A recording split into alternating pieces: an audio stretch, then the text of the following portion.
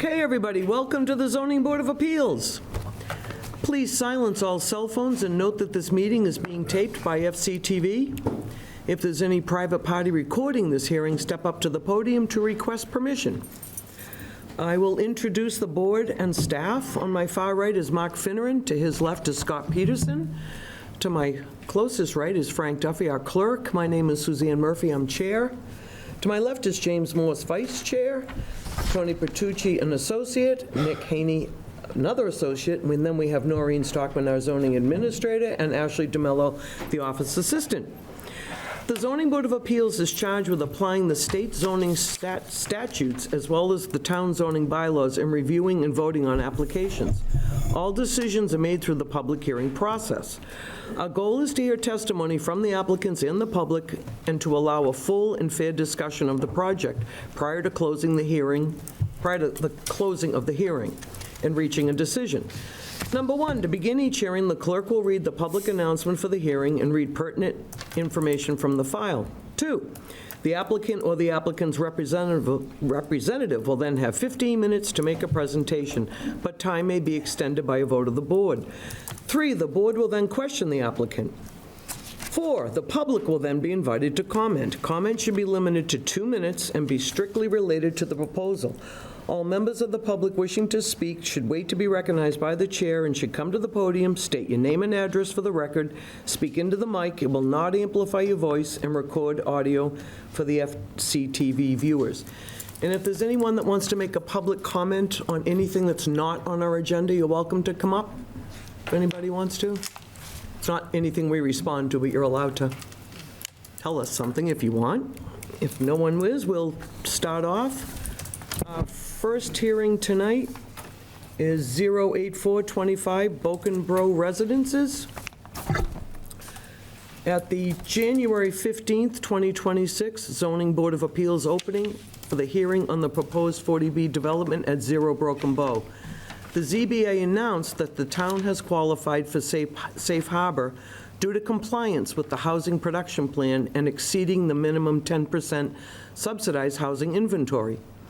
0 Broken Bow appealed the ZBA's determination to the Executive Office of Housing and Community Development by a letter dated February 25th, 2026. The EOHLC, the Executive Office of Housing, issued a denial decision determining that the town did not qualify for the asserted safe harbor and provided an option for further appeal. Given the, Madam Chairman, through you, given the decision rendered, I'm going to make a motion to appeal the February 25th, 2026 Executive Office of Housing and Living Communities decision regarding 0 Broken Bow pursuant to 760 CMR 56038 and have it sent to the Housing Appeals Committee. Second that. We have a motion and a second. Was that you, Mark? Yes. By Mark. We have a motion and a second. Any discussion? All those in favor? Aye. Opposed? None?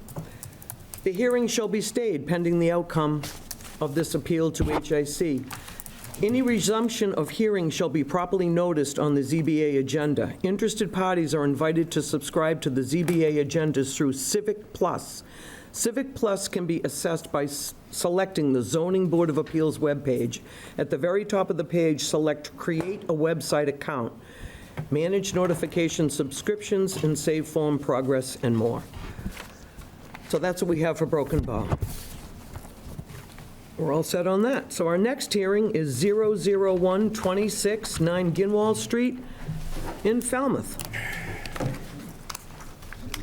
So, 9 Ginwal, hope that's pronounced right, Ginwal or Ginwal.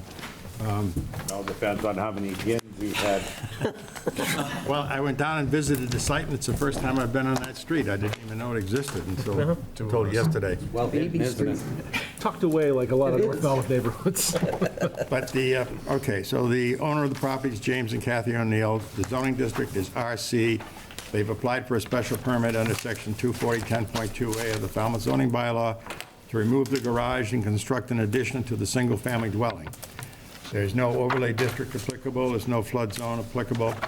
The existing is a single-family, 3-bedroom, 1,580 square feet.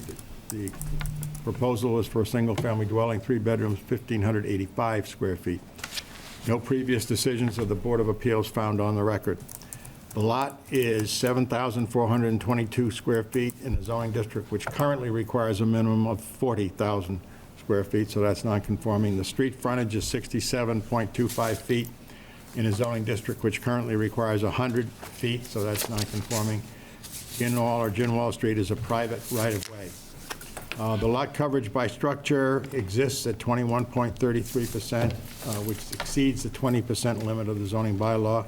It will be just incrementally increased to 21.4%.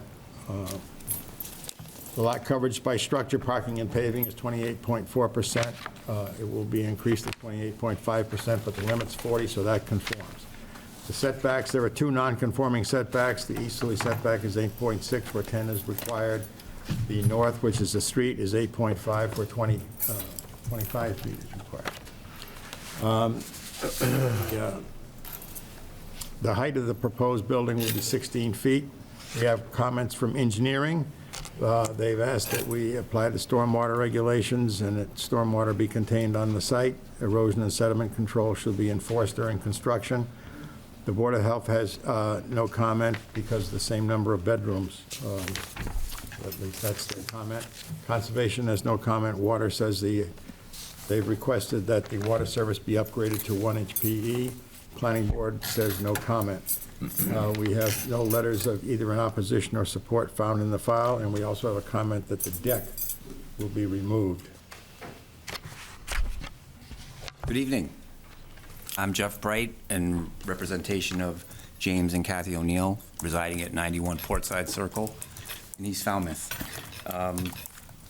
You can see on the plot plan here, this very much so non-conforming garage building for removal. The applicant's request special permit to add on to the home and an attached feature that would bring that section of the building within the bylaw regulation and requirement for setback. Also, the location of the storm drain, I'm curious to know from the board if you would require that for the entire home or just the addition, which is located, proposed right there. And yes, as you mentioned, removal of deck. The drainage, wastewater would connect to the existing drain line inside the home, therefore no interference with the septic system that currently exists. Does the board have any thoughts or comments or questions about requirements in addition to what the application puts forth? No, I May don't. I ask? You do, go ahead. I think you just asked the question about the dry well. Does it apply to the entire house or just the addition? Yes, sir. All right. Just as one member, it would apply to the entire project. I mean, you're constructing, it would apply. I don't know what the rest of the board would vote, but it would apply. That's what the town wants. All right, so just to update the board, what the town has selected is that what needs to be, so the existing stormwater goes where it goes. And so the town engineering department has asked that any additional lot coverage be what's directed into the dry well. So they don't require that somebody now manage the entire house. I mean, that's ideal, but what they direct is that the dry well be for any new lot coverage. I know, why make anything, Effectively why do grandfathered. anything ideal, why do anything ideal? Well, then you would have to Do require halfway. everyone to do it. No, you'd do it. That's just me. I mean, what's right is right. The town's trying to keep stormwater from infiltrating into areas it shouldn't. And this is the opportunity to make sure that happens on one more property in town here. Sure. That's just me. I understand, I'm not even voting on this one, okay? Gotcha. So, Fair enough. Anybody else have any comments on it? On that, no, I mean, I think he's grandfathered as far as the stormwater is concerned, but as far as the project, I mean, it's It's a great little spot, and it's needed, almost begging for it, and it is an improvement. Other than that, I have nothing. I'm 100% in favor of this. Confirm his dimensions. The garage is 8.6 feet from the lot line, but it's going to be removed. Actually, it's closer than that, looks like actually. 2 feet. It's about 4 feet. 4, yeah. Yeah. All right, but the east, according to the plans, then the setback to the east will be 11.8 feet. Is that what you have Correct, in the proposed, yes. proposed? Yes. Okay, fine. So you're eliminating that nonconformity. Correct, Okay. But the nonconformity on the street side, which is 8.5, is remaining the same? Which you're allowed Correct. to do. You're allowed to keep existing nonconformity. correct, Not yes, increasing that nonconformity. correct. Okay. Scott, do you have anything? No, I don't have any questions, thank Yeah, you. I don't either, Jim. Other than what Mr. Duffy has just asked, are there any additional nonconformities that are being eliminated or reduced that you didn't cover? I just want to make sure the record is clear. No, other than being over the original 20%, which leads to the special permit application. It was that setback on the west side, and I would ask or assume a ruling on the location of the shed, being where it's currently located. That's been informed, in previous decisions. So I would want to be clear about it, on what your position is on that. Doreen? Yeah, so by my notes, the shed is 10.5 feet by 13. And given that size of the shed, a new shed now installed would require to be 10 feet from the side and rear lot line. That being said, the shed was installed prior to the change in the bylaw requiring that 10-foot setback. So I currently have it listed as being 3 feet approximately from the east and approximately 7 from the south. So technically, the board has allowed those sheds to remain. Works for me. Yeah. Yeah. One other question through you, Madam Yeah, go Chairman. Frank, what was the lotting, is it like 0.1 of 1% was what the, Lot coverage by structure, parking, and paving increases from 28.4 to That's what- okay. 28.5. 1/10 of 1? And 40 is allowed, so they're well De within that. minimis, thank you. Yeah. No other questions, thank you, Madam Chairman. Tony? I have no questions. Nick? We're all set. You have anything further? No, ma'am, I do not. Anybody from the public want to speak on this project? Any further? No? Mark? Motion to close? Second. We have a motion to close and a second. Any further discussion? No? All those in favor of closing? Aye. Opposed? None. Motion to approve with conditions? Second. We have a motion to approve in a second. Scott and Okay, for findings, properties at 9 Ginwal Street, owned by Kathy and James O'Neill. The zoning district is RC. They've applied for a special permit under section 240-10.2A of the Falmouth zoning bylaw to remove the garage and construct an addition to the single-family dwelling. No flood zone applicable, no overlay districts applicable. The building will be increased in size from 1,580 square feet to 1,585 square feet. The lot size remains the same, the frontage remains the same as I previously reported. The lot coverage by structure is 21.33%. It will be increased to 21.40%. We are allowed to, by special permit, allow up to 25%, so this is within our limits. The neighborhood average, according to the calculation submitted, is 20.4, so this is close to that. Lot coverage by structure will be very limited increase, only 1/10 of 1%, from 28.4 to 28.5%. The zoning bylaw allows up to 40%. As far as nonconformities go, the easterly nonconformity, currently about 4 feet, will be increased to 11.8 feet, thus eliminating that nonconformity. The nonconformity on the street side, which is the north side of the property, is currently 8.5 feet, and that will remain at 8.5 feet. There's no increase in that nonconformity. The height of the building noted on the plans will be 16 feet, which is within the limits of the zoning bylaw. I read the comments from the departments into the record earlier. And as I said, there's no letters in opposition or in support, and at the public hearing, there is no testimony either in support or opposition to the project, the proposal.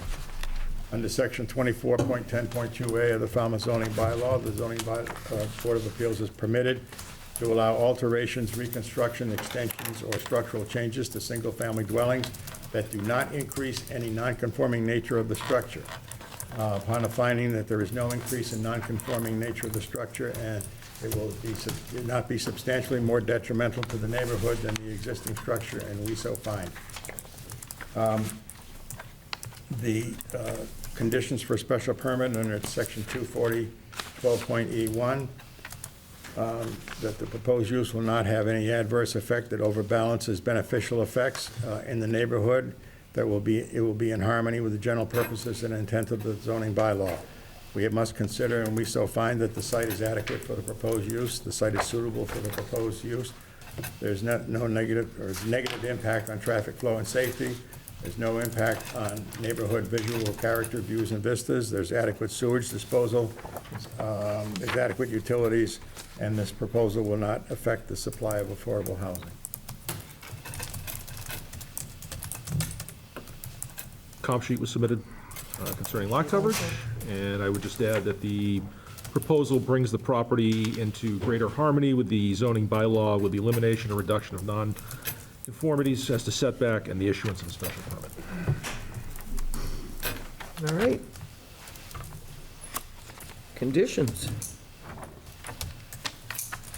For plans. The engineering comments. All comments from town boards. Town boards. Construction hours, 7 to 7, Monday through Friday, 8 through 4 on Saturdays. No construction on Sundays or town holidays. Construction vehicles shall be located within the lot. Anything else? I can't think of anything else. No additional structures? No additional structures? Do we want a condition about the shed, or just Yeah, we probably should. What's that? A condition on the condition regarding the shed, shed? that it's, We can just explain this pre-existing non-conforming. okay, all right. And think that's then, yeah, engineering head contractor responsible for soil erosion and sediment control. Yeah. All right, that's it. So we have a motion and a second. All set, everybody? All those in favor? Aye. Opposed? None. You're all set. Good luck. Thank you very much. This trash pile. All right, next at bat, we have 43 Ocean View Avenue, North Falmouth. The 43 Ocean View Avenue in North Falmouth is owned by Joan S. Doyle, trustee. The zoning district is RC. We've applied for a special permit under Section 240.10.2A of the Falmouth zoning bylaw to remove a deck and construct an addition to a single-family dwelling. The property is in the Wild Harbor Coastal Pond Overlay District. There's no applicable flood zone. There's a note in the file, that single-family dwelling, 3 bedrooms. They applied for a single-family dwelling with 4 bedrooms, but we'll have to discuss that. There's no previous decision of the Zoning Board of Appeals so noted. The lot is 5,399 square feet in a zoning district which currently requires a minimum of 40,000 square feet, so it's non-conforming. Street frontage is 50 feet in a zoning district which currently requires a minimum of 100 feet, so that's non-conforming. Ocean View Avenue is a public right-of-way at this location. The current lot coverage by structure is 35.25%, which exceeds the limit of 20%. However, with the work, it will be decreased slightly to 30.74%. The average lot coverage by structure in the neighborhood appears to be 22.08%, according to a worksheet that was submitted. Lot coverage by structure, parking, and paving is 36.82 feet. It'd be reduced to 32.30%. Percentage rather than feet, excuse me. The limit is 40%. As far as nonconformities, we have 2. The street frontage, the setback from the street is 7.2 feet. That's nonconforming. And the north is 1.3, which is non-conforming, 10 feet being required there, 25 on the street. The proposed height of the building is 28 feet 10 inches, which conforms to the zoning bylaw. We have referrals from various departments. The engineering department has noted that the owner must restore the street parking area to current standards. Also, the usual comments about stormwater being retained on the property and erosion and sediment control. The Board of Health and also the wastewater superintendent has noted that the property is on the New Silver Beach sewer, but the fourth bedroom may not be permitted by the regulations affecting the North Falmouth Sewer District. The Conservation Commission, we don't have anything, did they submit anything on that? No, I they didn't did see not. anything, no. The water superintendent has requested that the service be improved to 1-inch PE and the meter be located in the house. Building department has no comment, fire department has no comment, planning board has no comment. We have 7 letters in support on file and no letters in opposition. We also have a note that the shed is to be removed. And they were supposed to go before conservation, though, correct? Conservation asked for some specific information. To my knowledge, they have not submitted that. Okay. So we'll condition if we approve that they have to comply with conservation. Yeah, and engineering. Yes, and engineering. okay. Are you here for this? Come on up.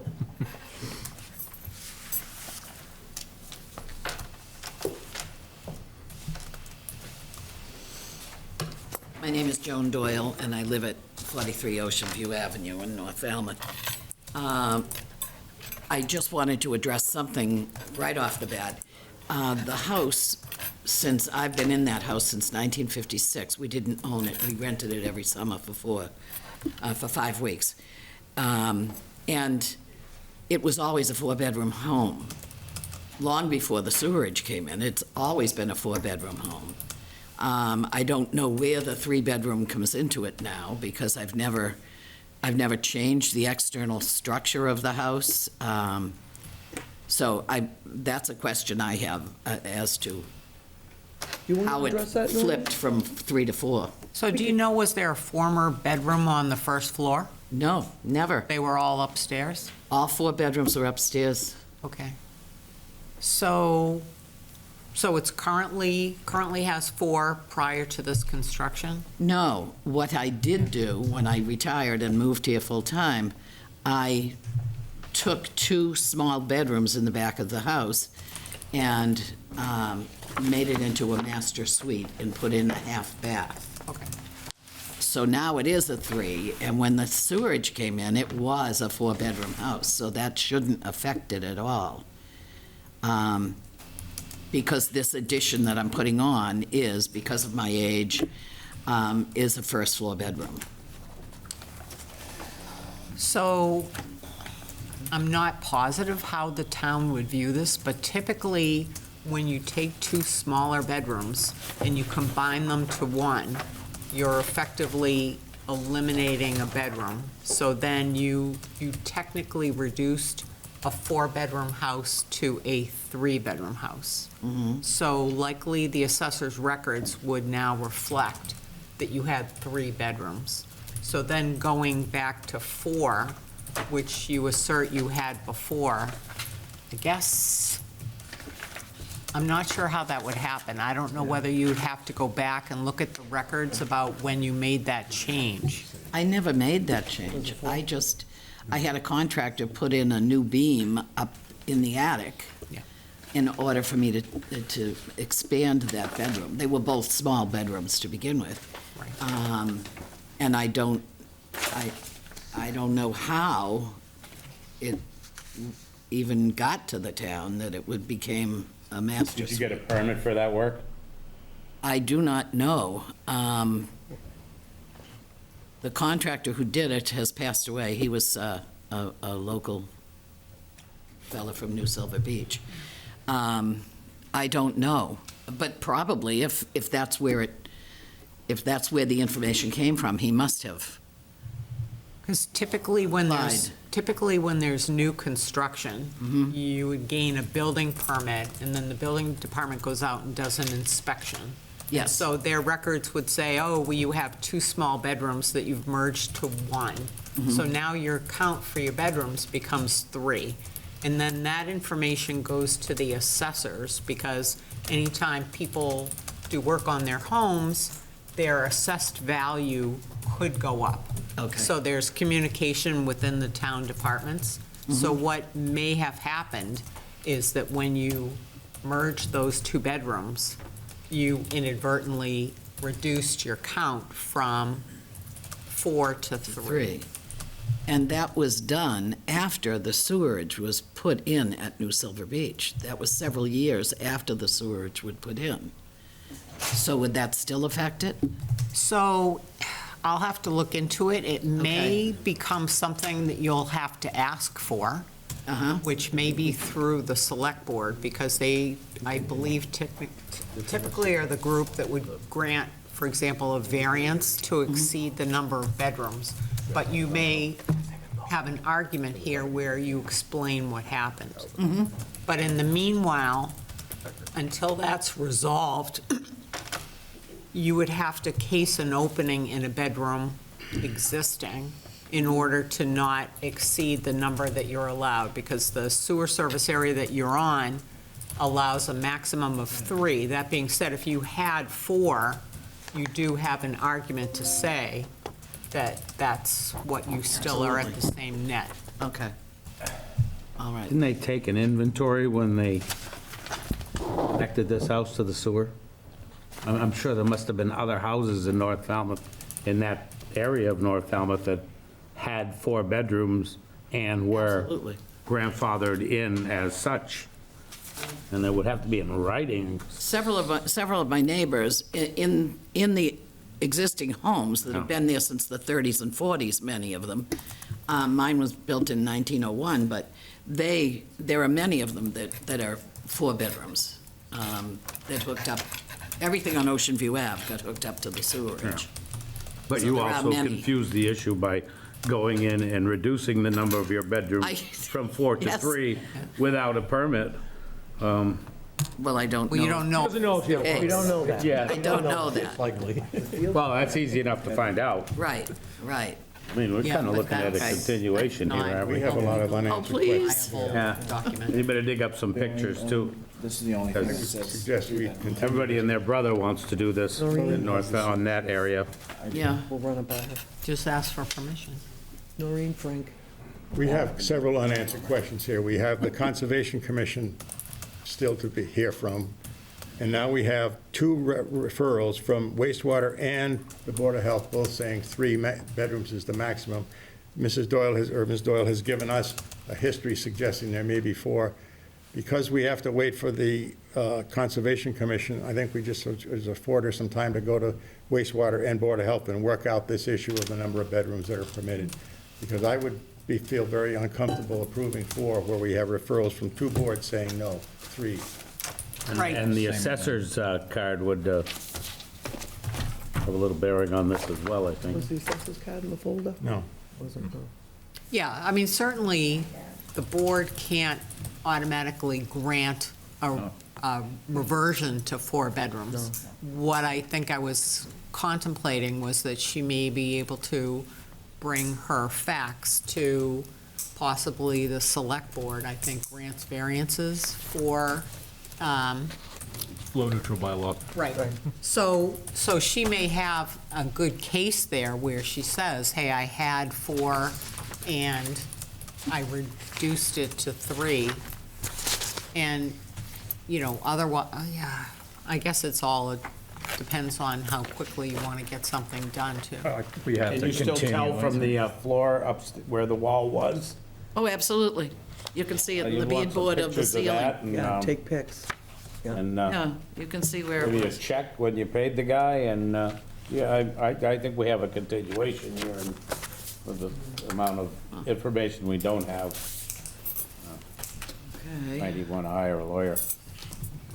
No, I don't think she needs to. Probably not. I don't think she needs to. I think if you work, and Noreen will help, I sorry. think if the Noreen. Board of Health But- will give us something Yeah. definitive in writing, we can rely on that. Yeah. But right now, we just have there say, no, 3 is all you can have, so. So it's the Board of Health And the wastewater And the department. wastewater department, start And with them. Concom. And any proof conservation. you can come up with, any which way, because I don't, as one board, I don't want to open the floodgates for requests like this, because everybody up there wants another bedroom. And the Don't sewer forget did limit them to conservation, 3. too. Please. So your other option here would be to case an opening to one of the bedrooms on the second floor. Should you do that, removal of the door removes privacy, it's no longer a bedroom, Okay. which would then allow you to create a bedroom on the first floor. And then that would be also another way that you could go back afterward and ask for permission if you wanted to move with that construction sooner. Okay. All right. We have a date for continuation, or? Motion to continue to, Whatever date you say. She's looking. Yeah, I guess maybe April 30th, just to allow the owner some time to get that sorted out. I know there was, and you perhaps saw the comment from Conservation, they were just looking for an additional detail on your site plan so that they knew, I think it was a flood plain or some. On the plot plan itself? Yes, so they were trying to determine whether you would fall under their jurisdiction or not. And it's something that your surveyor can add to the plan, which Conservation will then be able to look at your plan and know if you need to see them or not. I wonder if they saw it before we were requested to do a topography and add that to the plot plan. And that clearly shows where the flood zone is, where the coastal bank is, the non-eroding coastal bank. Okay. And all of that. Okay. So, So if you provide that to them, they'll be Okay. able to tell pretty quickly. and if- that's conservation. Correct. Okay. Yep. They may not have been provided with this latest plot plan. Correct. New. I'll second the motion to continue. Yeah. And you feel it would be April 30th? Yes. And then also while you're at it, it's just, while you have your shopping list, the water department had recommended that you upgrade. You have apparently a 3/4-inch copper service. They now have moved to a 1-inch PE. So if you don't want to upgrade, you should still go by the water department and have a conversation with them, and they may Okay, have a form for I you. did see that in Okay. the listing here. Good, yep. And I did talk to the contractor about that, but I Okay. will go by the water department Okay. and speak to them about it. And that's it. And also on it, the shed will be removed. My shed was back when the house was built, was a carriage house, basically. And it's just been there forever. Okay, thank you very much. Thank you. I'll be back. Does anybody from the public want to comment? We are continuing till April 30th. You Anybody here for apparently that? have many neighbors that are in support of you. Yes. We received many, many, many Did see all the lovely, letters, yep. Yes, and many of those neighbors calls are and emails. four-bedroom homes. That are all my Yeah. abutters, most of my abutters are four-bedroom homes that have been there It'll work out, it will. almost as long as mine. So we have a motion. Who was the motion? Mark? Mark, and a second, Jim? Everybody all set to vote? Yes. All those in favor of continuing to April 30th? Aye. Aye. Opposed, none. All right, moving on. Thank you. Moving on, we have 06525 Habitat.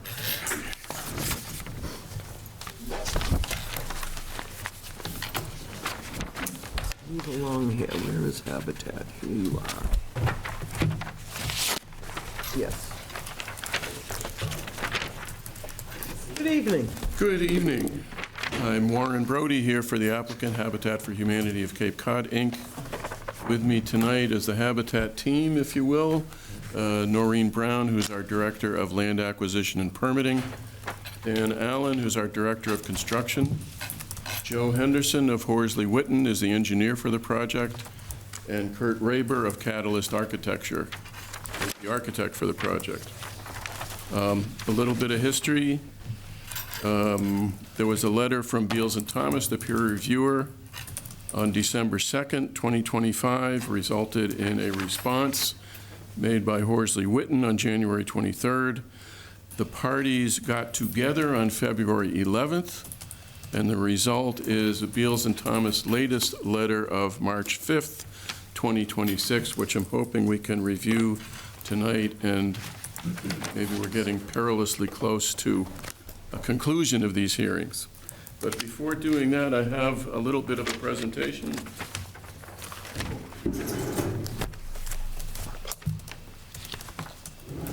Where does this go?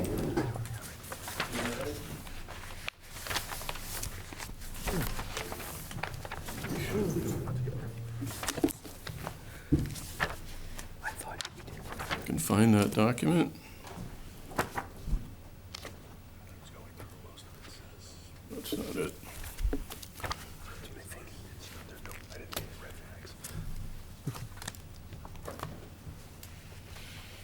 There we go.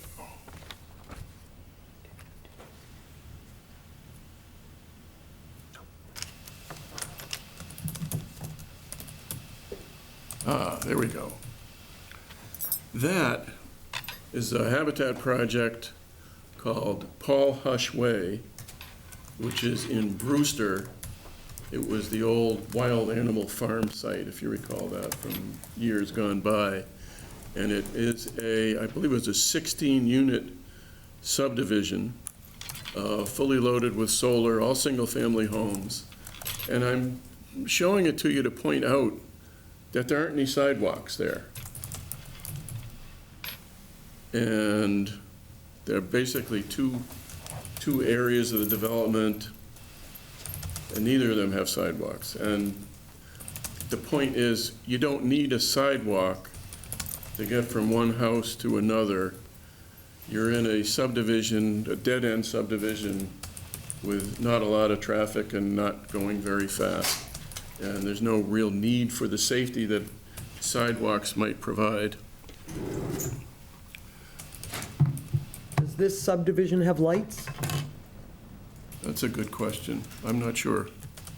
I would assume so, but I'm not I had to look. entirely It sure. looks like I see one on one of them, you know, a lamppost. Our model generally is we have a post light at the end of the driveway that's wired to be on all night from dusk till dawn, and it's just part of each individual's responsibility.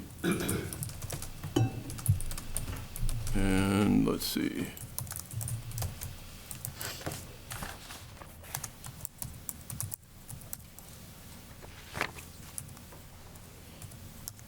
Trying to find the other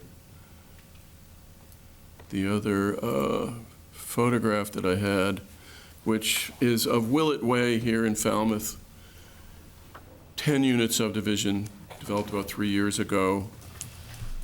It also has no sidewalks.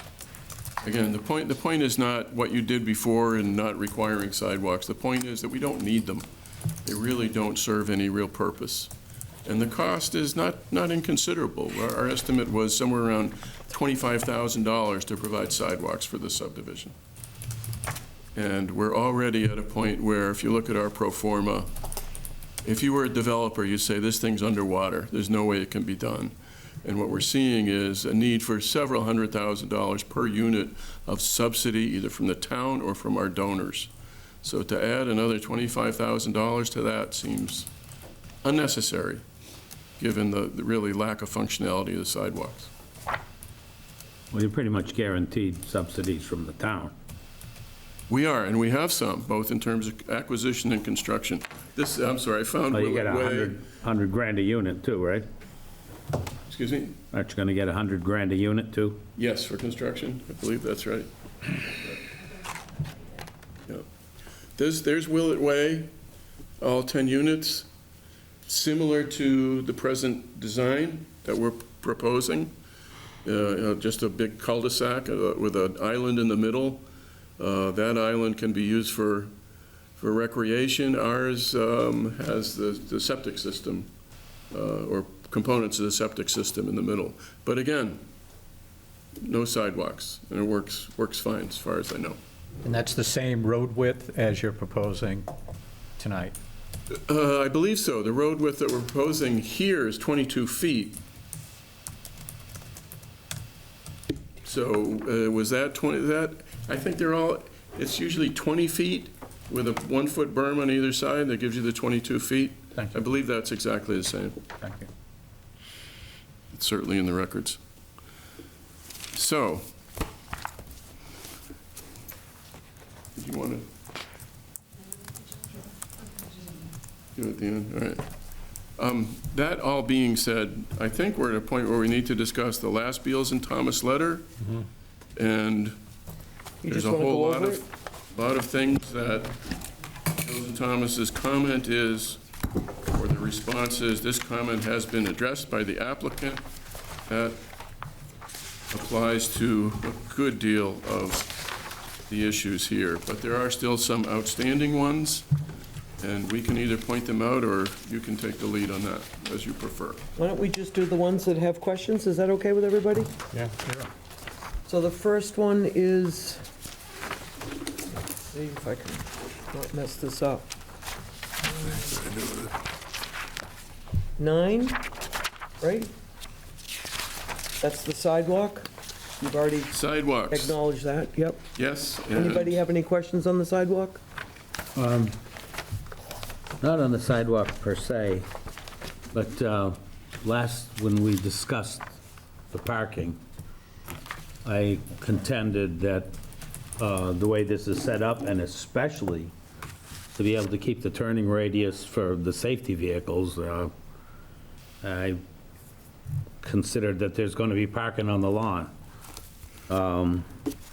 And I went looking online, and I know they were adverse to it, but there's some of this plastic geogrid, which effectively holds the earth in place. You put it down before you put the last 4 inches of loam. It's extremely cheap. I got one right here in front of me. I mean, part of the car can park on the road, but for instance, you can get a 4-foot by 27 sheet of this stuff, $50. I mean, you're talking about for $100, you could have parking for 2 cars on the grass, and the stuff holds 1,800 pounds a square foot. We required it in other places, and I mean, $100 to $200 a unit to keep the grass looking decent, I don't think is a big ask, especially when you're not going to have sidewalks there, which of course a car would park half on the sidewalk, half on the road. But I mean, if you got people parking in the road, you're going to have issues, and you just can't deny that. So I think that, and I always forget what they call this GeoGrid or whatever, but there's different, and I mean, you can spend 3 times that much, but something that's going to guarantee that there's not a big muddy plot in all these houses in the springtime, because you guys do nice stuff. I mean, I just don't think it's a big ask, $100 to $200 a unit. No, it doesn't sound like one, but let me just ask you whether you saw the most recent parking sketch. Yeah, and That I found that to be extremely tight, and people are coming in and out and moving. You know how real life works. I mean, the guy who's parked in front is gonna park on the lawn, or the guy who's pulling behind I mean, it's just the way it works. And I mean, these people are gonna have children, and their children are gonna grow up to be teenagers, and they're gonna have visitors. And I mean, $100 to $200 a unit, I just don't think it's too much to ask to keep the place looking nice, which, I mean, hey, let's face it, and everybody here will admit it, I mean, you guys bring forward the best projects. But I think, $100 to $200 a unit to keep them looking that way isn't a big ask. Again, doesn't sound like much, I agree with you, but just the document that, the sketch that we provided shows of the 4 13 houses, 7 of them can accommodate 3 cars in a driveway. With The a other, the shoehorn. other 7 can accommodate 2. So is there really a threat of parking off the designated areas? I don't know. I contend, absolutely. What about if he only did it to the 4-bedroom or the 3-bedrooms and not all of them? That would help. I mean, even if you only went 4 feet off the sidewalk, you're talking about $50. I mean, I could see how the 4-bedroom would definitely need more parking, no question. I'd be a little more inclined to hold people's feet to the fire on this issue if there were market rate units being sold, but this is 100% affordable. Yeah. So, Was there a recommendation that there be a gravel strip along the side of the driveway to increase parking in the event that there are more people there? How does that work? Joe Henderson, Horsley Witten. Do you want me to share those plans and just show you? Yeah. Would that be helpful? Yeah. I know I saw them, and I can't find mine right now. You got a plan, it looks like there's I 6 saw it cars. online. That doesn't look like the one I looked at. Yeah. Well, there it Almost is. shows I like probably 6 have that in cars. this I somewhere. don't know. Pretty tight, though, you know? oh, yeah. You couldn't get out. Nobody's gonna park like that. And then how, There it is, the yeah. front car's not getting out, Do and have it. So for convenience, somebody in and out. is- just, I'll explain what we Nail did, themselves. if that's helpful. So we did 2 different plans. We did a plan here that shows the mixture of like a pickup and a small SUV parked in each driveway. They're off the road, not necessarily out of the right-of-way, but this is supposed to just show an occasional happening when you have more than 2 cars at your house. So most driveways can fit at least 2. There's a few that can fit 3. And what we also included on there is you can kind of see it just very lightly. That red line is an offset off the edge of the curb. So that's showing 6 feet, which is the average width of a vehicle, 5.8 feet, I think it is. But the idea was just to show that along with the turning radius of the truck to show, yes, the truck can circulate the subdivision roads. For the most part, there's actually this intersection, if there were cars parked on both sides of the road, yes, it would be, there'd be an issue there. But for the most part, a fire vehicle could circulate and skip by a vehicle parked off the side of the road on an occasional basis. So that was the purpose of that figure. The other figure was just, like you had mentioned, we looked at if you put an 18-inch gravel, strip off the edge of the driveway, just like somewhat impervious, that would allow in, rare occasions or whenever you have visitors, the cars could park side by side. And that was where we were showing, I think, 4 full-size pickups and then up to like 6 cars if you're trying to jam people in there, just like when you have a party. I mean, that was the idea. It wasn't supposed to be for, everyday use. It was just on the occasion there were additional vehicles that you had to park. So that was the purpose of those 2 figures. Yeah. Madam Chair, Yeah, go ahead, Tony. I mean, I grew up in a town The Pencil families. where the come house to was visit. built in the early 1900s, had driveways just like this. It was just the way it was in 1905, straight line like this. And I agree with Mr. Finneran, no way is this real life. None of us wanted to say, you need to move your car so I can get the other car out. And we parked in the street. And it worked for us, but because we had beautifully wide streets in the town that was in business. It doesn't work here. This whole plan does not work with regard to parking. It doesn't make any sense. This is not real life. So I agree with Mr. Finneran that there has to be something set up where they can park on the side or on the lawn where you're not destroying the lawn, because this subdivision through the years, if you don't do this, is never going to be kept up. It's going to be trashed. It's going to be absolutely trashed 10 years from now. It just can't be done. This is not real life. Is the suggestion to add the geogrid reinforcement it's- along the edge of the, Yeah, like and I 4 mean, feet it's off not- the edge of the It's not pavement? gonna 100, you know how it works. Yeah, no, I think you And can I get mean, some products. For that are cheaper. $100, you can get 8 foot by 27 feet. So anybody that comes in can just park on the lawn beyond the driveway. At least it's not gonna tear it up. And that It's not would be gonna on leave one side of the 20-foot road? long strips in the springtime. It's just inevitable, it happens. People running in, running out, they're not gonna do that. And I mean, honestly, this drawing here with I mean, that's if the Pencil family comes to visit you. I mean, because nobody's opening a door and, I mean. What I have to do is I have to go in, I have to move my daughter's car, but I have to do all the things. But yeah, again, it's hard to represent real life on a CAD plan, so that was our That's all we're trying best to do, effort. and I mean, it's, literally $100 extra. I mean, you pin the stuff down, and then they rake the loam over it, and you plant the grass like normal. Is it something one side of the road you would propose? Yeah, one side of the road, I would say just past the driveway as you come in. I mean, I said, this comes in 27-foot lengths, that gives you more than enough. So you just put it to fit one vehicle or around the No, I mean, entire 27 perimeter? feet gives you enough on and off. I mean, it protects a good portion of it for $100. Well, Madam Chair, Yeah, go ahead, Tony. the thing is, I even heard him once say it would make this uneconomical. And I don't think it will be. And it only makes sense to be on one side, not the other side, especially if you're not having sidewalks. You don't want cars coming back and forth, people walking in the middle of the street. This is not carnival time. This is real life, and it could become dangerous with kids. Park on one side, whether it's $100 or $150, who knows, but it's still going to have to be maintained. So you have to buy the right materials. I know what the right materials are. I'm not going to tell you what I think. It's not my job to do that. But if you don't do that, what Mr. Fenner is suggesting in whatever format, I can guarantee you 10 years from now, this is going to look all trashed.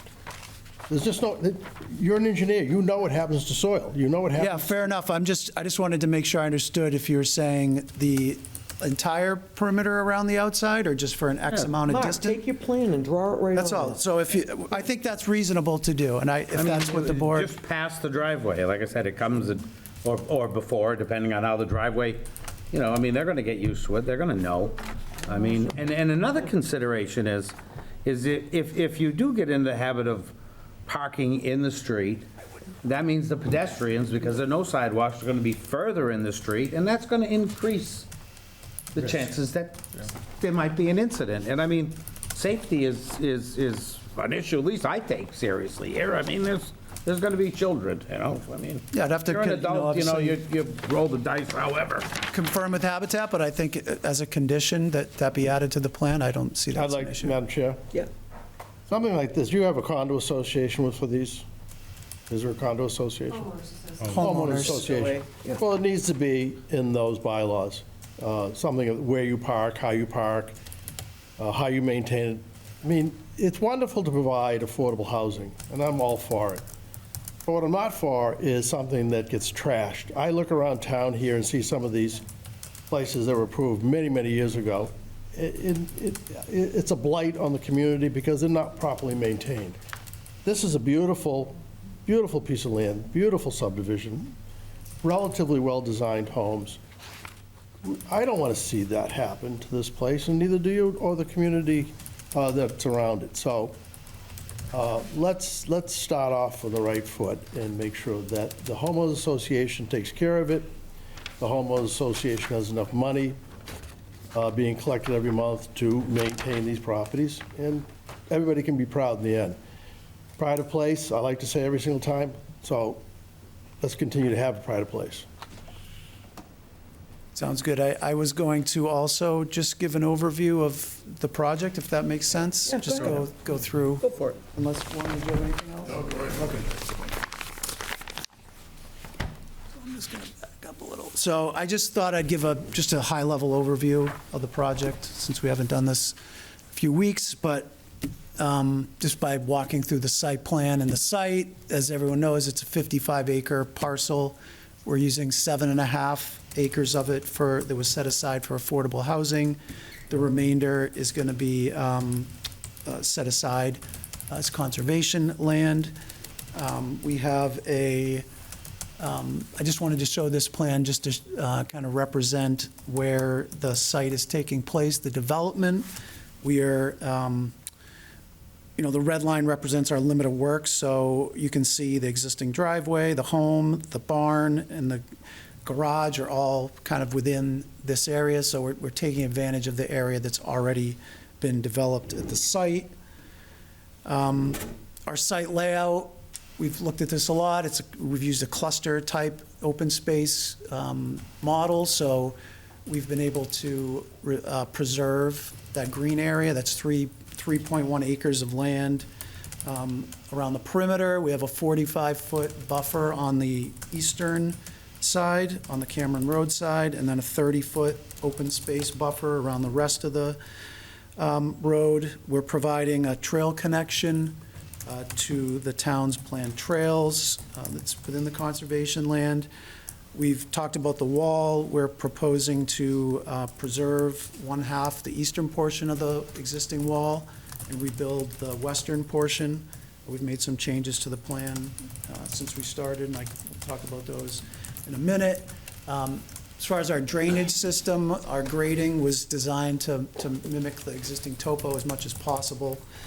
And we've got our stormwater management system in place using GSI-type practices like infiltration. We have a bioretention, and we have there's 2 natural depressions we're utilizing for the larger storm events. And we've complied with all the Massachusetts stormwater regulations as far as water quality and groundwater. And we've managed the 100-year storm event at the site. I'll continue, I guess, with wastewater and water. So our water system, we're extending the water main that is currently dead end outside of Cameron Drive. We have to extend it 350 feet beyond our site to the midpoint of our property. That's the rules, the town's rules. So we're doing that as part of the project, along with the 8-inch water main that's going to be. May I ask a question? Sure. Madam Chair? Go for it, John. So you have to extend it, as I read, and, to the midsection of the property going up Benjamin Nyes. How many more feet to Wild Harbor? It's probably a good 800 or 900, probably, I would say. It's a significant amount to get. And in your discussions with the Water Department, Matt Lannon, did he review with you the cost that is the town's desire and best for the community if that water is looped all the way to Wild Harbor Road? I understood there was some consideration that they wanted to connect it.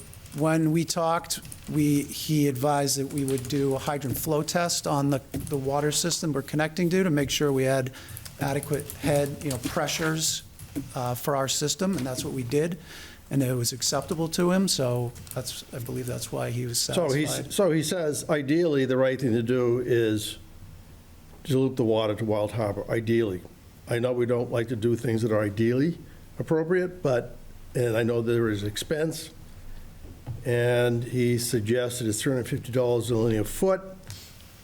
I suppose that's if the government does it. You folks could find probably a cheaper way of doing it. But it's $420,000. These 40Bs, they ask a lot of every community, and it's the right thing to get these things, but you do ask a lot, and you folks, Habitat is absolutely, nonprofits, a wonderful group, and you're the ones that should be doing this, so I'm not going to take that away. Have you had any conversations with donors, if you talked about grants or anything like that, where while you're doing this construction and you're bringing it up to midpoint of your property and you only have another 800 feet to go, where you can work with the community in some fashion to get this done now and do the right thing? I mean, this goes beyond doing the right thing for a few people that need affordable homes. It's about the whole community.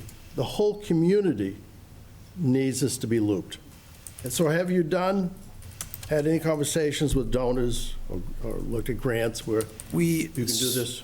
So I believe Noreen has passed along some information where some potential teaming with the town on grants to do the water main work. I'm unaware of those, so. So I think we passed, that's something that usually the town would have to be the lead in some sort of Mass Works grant or some form of grant like that. So I'm sure Habitat would be more than willing to participate in something like that. How would you participate in something like that? So that would be something the town, again, would have to lead the charge on, I believe, and then Habitat tied to the affordable housing makes it more, I believe, that they see it more. Grant-worthy. Yeah, exactly, that's the word I'm looking for. Noreen's done some research. Yeah, that's right, I mean, Norrin has done some research, I don't know if you want to. And it also has to be considered paving the road in the same time. So it gets a little complicated. So we were looking at the Housing Works Infrastructure Grant, which provides funding through the state, let me get this here, for water, updating water lines, some road work, and the infrastructure when it pertains to the increase of housing within the town. There's different levels of this grant, but this is the one that would apply to affordable housing. It's in place for all of the other housing programs too, which don't apply to this, like the MBTA housing. But basically, it has to be applied for by the municipality. It's available to municipalities. But we would be able to support the town in providing, I think these are very complex grants, but we could provide a lot of the documents and a lot of the information, the fund filling stuff. itself, yeah. But the grant itself, I believe, has to come. We're working with another developer on another project, and I believe we worked with POA on another project, and I believe POA actually did most of the grant work, but they had to use the portal that the town would sign in on. So it was a partnership there as well. This is all money that's coming through the affordable housing bill that passed in 2023. And I'm quite sure that the town just got one of those grants somewhere off 151 or on one for almost $1 million, so. There's a lot of money there. Yeah, it's. The next round of grants opens, the application's due June 1st. Would you be in a position to initiate that or work with the town to get that started? Yes. What kind of commitment would you make to this? Could you make a commitment to this board to getting that done? So that if this board were to approve this, our Yes. zoning administrator is doing this to me. So you can't tie your approval to her making this grant happen. You can ask her to provide information to the town, but if the town is unwilling to apply for the grant, it goes nowhere, and Habitat can't be punished for that. But to your point, we could condition that they would support the grant on an annual basis for a term of 5 years or 7 years to help potentially get this. Or any efforts to upgrade the water line, simple as that. Yeah, so their Habitat is offering to share the information they've gathered to the town, for the town to that's apply huge. for this grant, but the town has to be the applicant. Right. So all we can do is, they're saying that they're willing to share, so it really Well- falls to the town. The town, if they apply for these grants, because I have spoken to people, they would require and need their help, and they would ask for it. Correct. So, and you're not going to turn them down Not at all. by any. No, we could support the And I know that paving Benjamin Nye and looping that water line is on the town's wish list, and it has been for some time. Madam Chair, may I just interject on this thing? I've been sitting on this board for 3 years, feels more like 100 years, especially with 40Bs. What I do know after 3 years is that a lot of things just are said, it's going to happen, and then they kind of disappear. Part of it is the government's fault, because sometimes there's no Most of it, follow-through. Yeah, I can't say those things. I know. And some of it is the applicant's fault, because it gets hidden and it just evaporates. I'm a voting member on this one, all right? And I have real problems with this water line, and I understand the limitations. Our zoning administrator really gets upset with me on these things, but that's okay. My job is to make sure that I'm here for you folks in the community.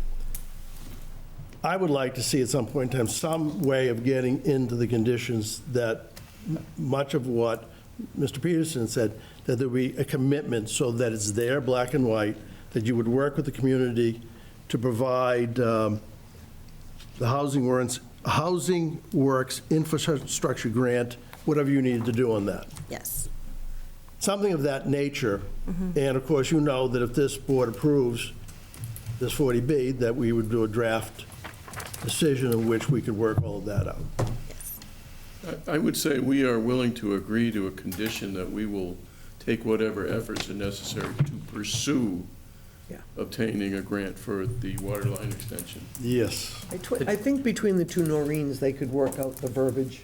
Madam Chair, I want, if I'm going to vote on this, I want it in black and white, so that it's very clear how government tends to just, things evaporate. They get lost in the ether of government. And I just want to make sure it's somewhere that if I'm no longer on this board and I'm a citizen of this town, I can go say, look, this is what you got to do. We're committed. In fact, two of my team and I are meeting. They have office hours through the the grant committee next week on March 18th. So we've already set up some office hours to learn more about the grant that's coming down the road. It's my understanding that the application's due in June. They make their decision in November, and the funding is available next spring. And I think that you have to start the project within a year. That I could be off on that, but that's where the town is involved in making the plans for that. But yes, we're committed. So one last thing, Madam Chair. What I'm asking for, I have no experience in. And to me, it seems straightforward. The hard part is getting government to do something. Right. Right? And I understand that. And you can't be at fault for the government not doing something for whatever their reasons may be. But what I am asking for, and I'm asking you because you're more experienced in these things, am I asking for something that's reasonable or unreasonable? It's reasonable. We've already submitted our request to work with the town on this, so yes. Did I say anything wrong, Madam Chair? I mean, You're not It is young. No, I think Having a it's, seizure, you know you can't.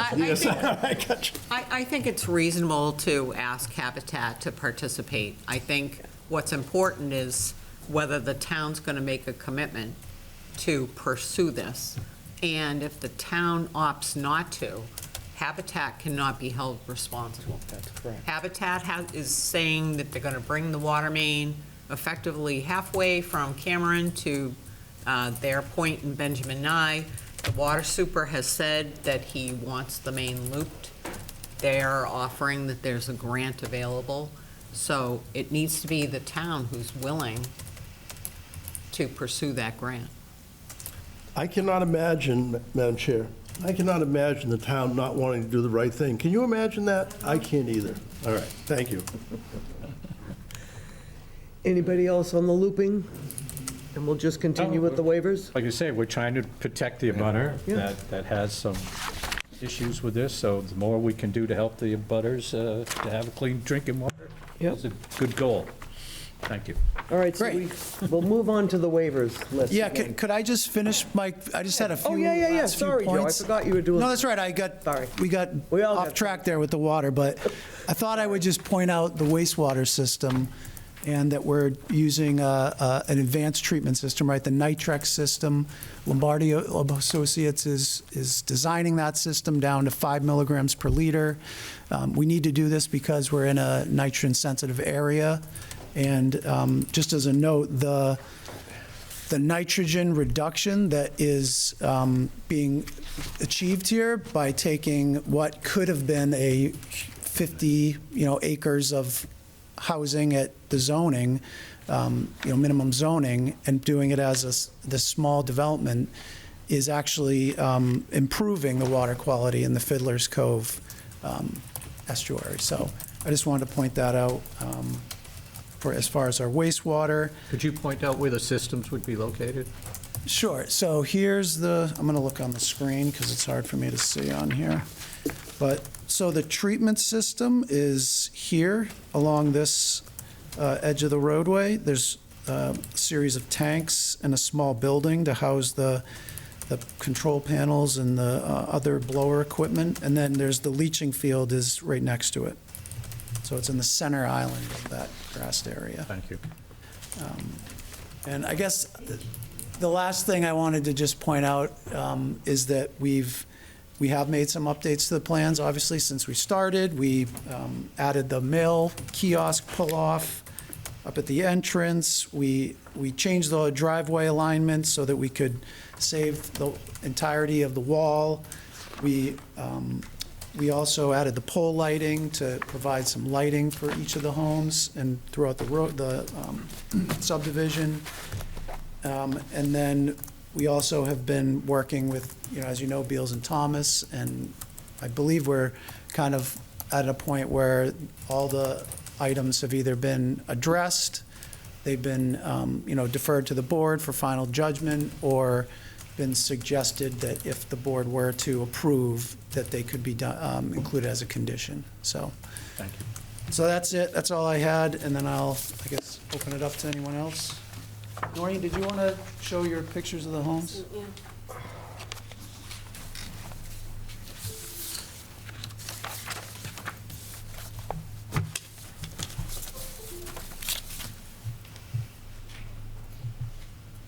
Here.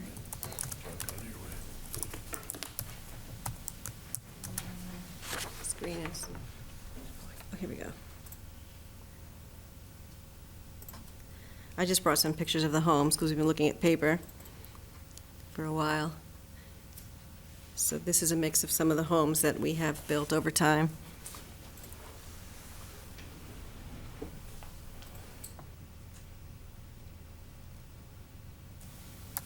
This is our three-bedroom Cape. This is up in our Brewster neighborhood.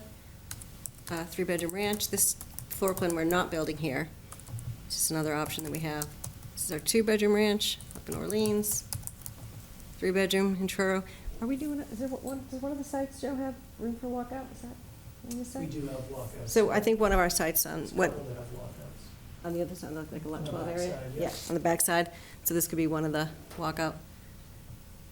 And then we have our four-bedroom colonial. We have one four-bedroom. One-bedroom Cape. There's no one bedrooms at this particular property.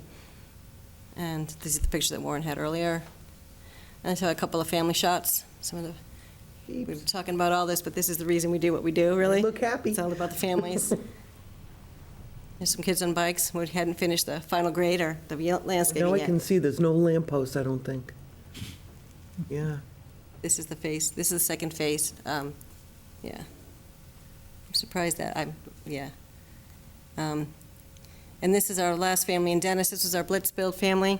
Every 2 years, the Builders and Remodelers, Home Builders Remodelers Association of Cape Cod comes in and builds a home in a week.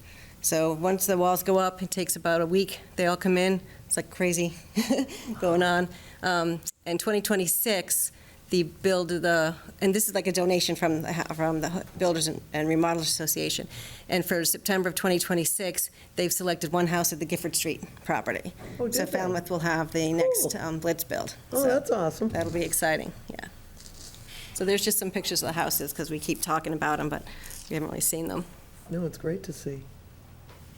And this is, so this is the second phase. I'm not sure we had finished the phase two for Brewster, but some of these kids live on the first phase, the 6 homes, and the other ones will live here. And they just happened to show up one day when our team was building, and someone snapped a picture, so. Will this be phased similar to Don't that? keep showing you that muddy front yard. Yeah. Yeah, no, this isn't finished, yeah, kidding. it's not, I mean, yeah. We're trying to grow grass, it's just not done yet. This will be phased in 6 units and then 8 units, or 8 and 6. We're doing 8 first and then 6, yeah. Oh, nice looking. Yeah. Public? Well, we're going to go over the waivers first, okay? I have a couple of questions. You have questions? Sure, Yeah, go ahead, Frank. On the Beals and Thomas letter, I have a question about a couple paragraph, well, did you finally resolve all issues with site distances at the intersection with Benjamin Nyes Road? I'm going to defer to you. Site distance issues at Is the that a entrance. number on the Beals and? Yeah, I think we talked about that last hearing. We did resolve that the walls were far enough back to not be an issue as far as site distance goes. Okay. Yeah. And there was one other, I think it was paragraph number 29, which I didn't quite understand, about drainage outlets and a head wall rather than a boulder. I don't understand what that's about. Maybe you can just educate me. Sure, yeah, we just had shown a boulder, so the drainage pipe, when it discharges to that depression, it it comes out into just surrounded by boulders, and Beals and Thomas was just suggesting we use a precast structure there, which we're fine with. We'll switch that out. It's just for scouring around the pipe. Yeah, they said because there was Yeah. potential erosion. Yeah, it just is a better, Erosion problem at the drainage outlet. but it was just, we were more just there's some other smaller discharges, and I think we're fine leaving those as they were. It's just the larger discharge from the main stormwater system that would have that head wall. Thank you. Anybody else have any from Beals and Thomas, or should I just go through the ones that were questioned? Is that all right if I do it that way? Your peer from Beals and Thomas is here tonight as well, so if you want Yeah, questions You wanna come answered, up? just so that you get those I squared don't know away. if anyone has any questions.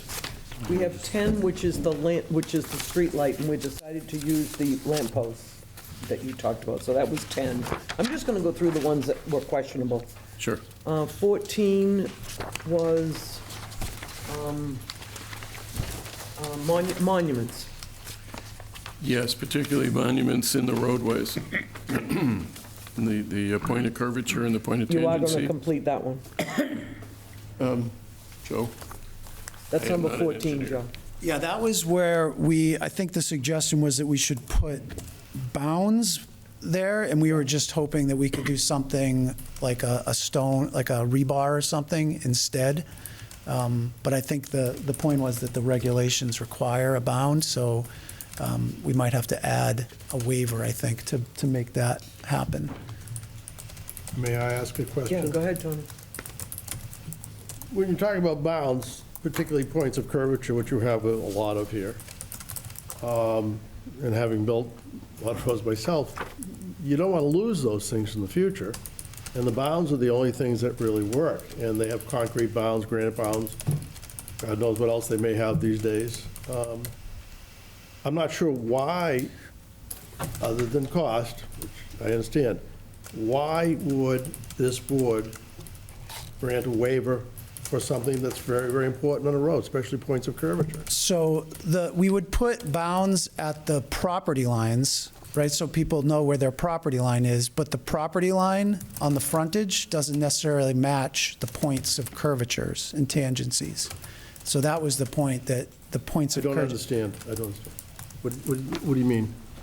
Let me see if I can share. Put my plan back up. I won't belabor this. That's a good question, because it's, It is. It is.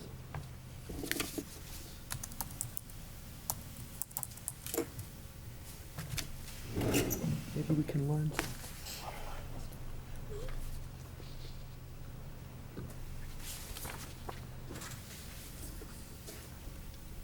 Oops, see if I can zoom in on this.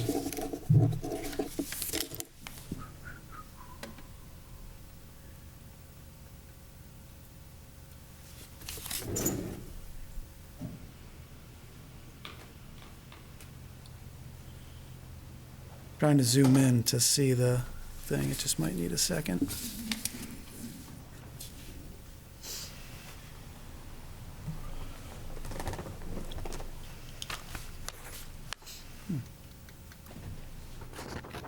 That's interesting.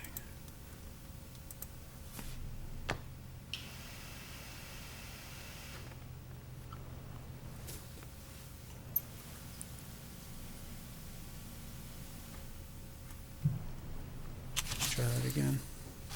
Seemed to like what I did.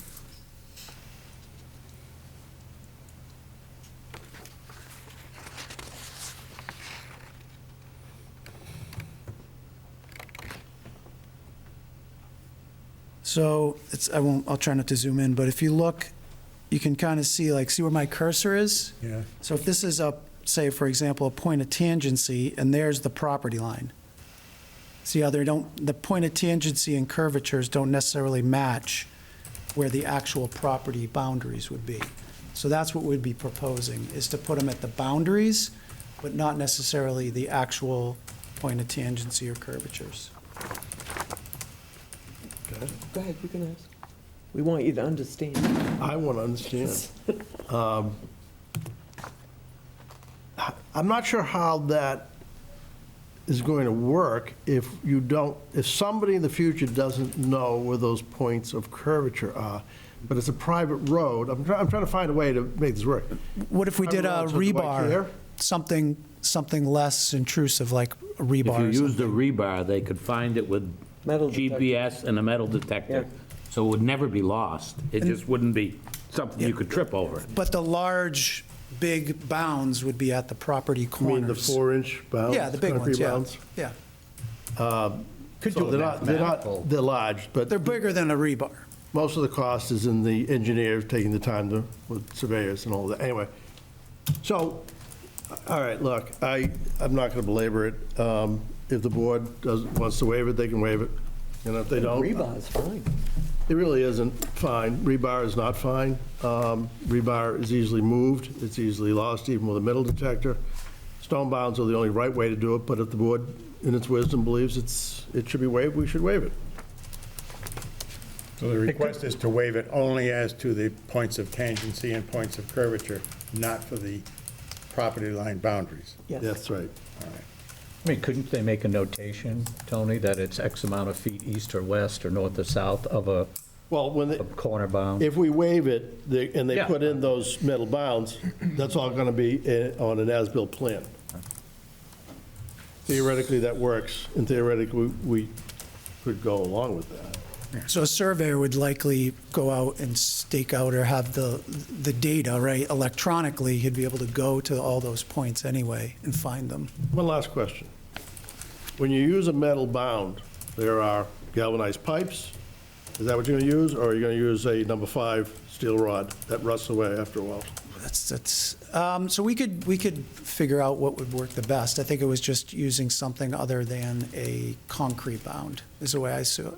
What I want the board to know is that one lasts a very long time, and another one disappears, like a number 5 re-rod or something of that nature. So that's something that the board should understand. It would likely be a survey for survey purposes, not like just a piece of rebar that would be Okay. used for That's all I wanna construction. hear. That's all. Great. All right, so let's continue with the waivers. We did that one, that was 14. 18. Code requires center lines of intersecting streets be a minimum of 300 feet. You guys are 200. I have no problem with that waiver myself. Does anybody else? No? No. All right, 19. That's the vertical curves. Once again, I have no problem with it. I don't know if anyone else does up here, or if anyone wants to talk to the peer reviewers here, too, about any of these. I have no problem with I review. didn't realize that. I would love to have heard what he had to say on these metal bounds. There you Come go. on up, Dan. All right.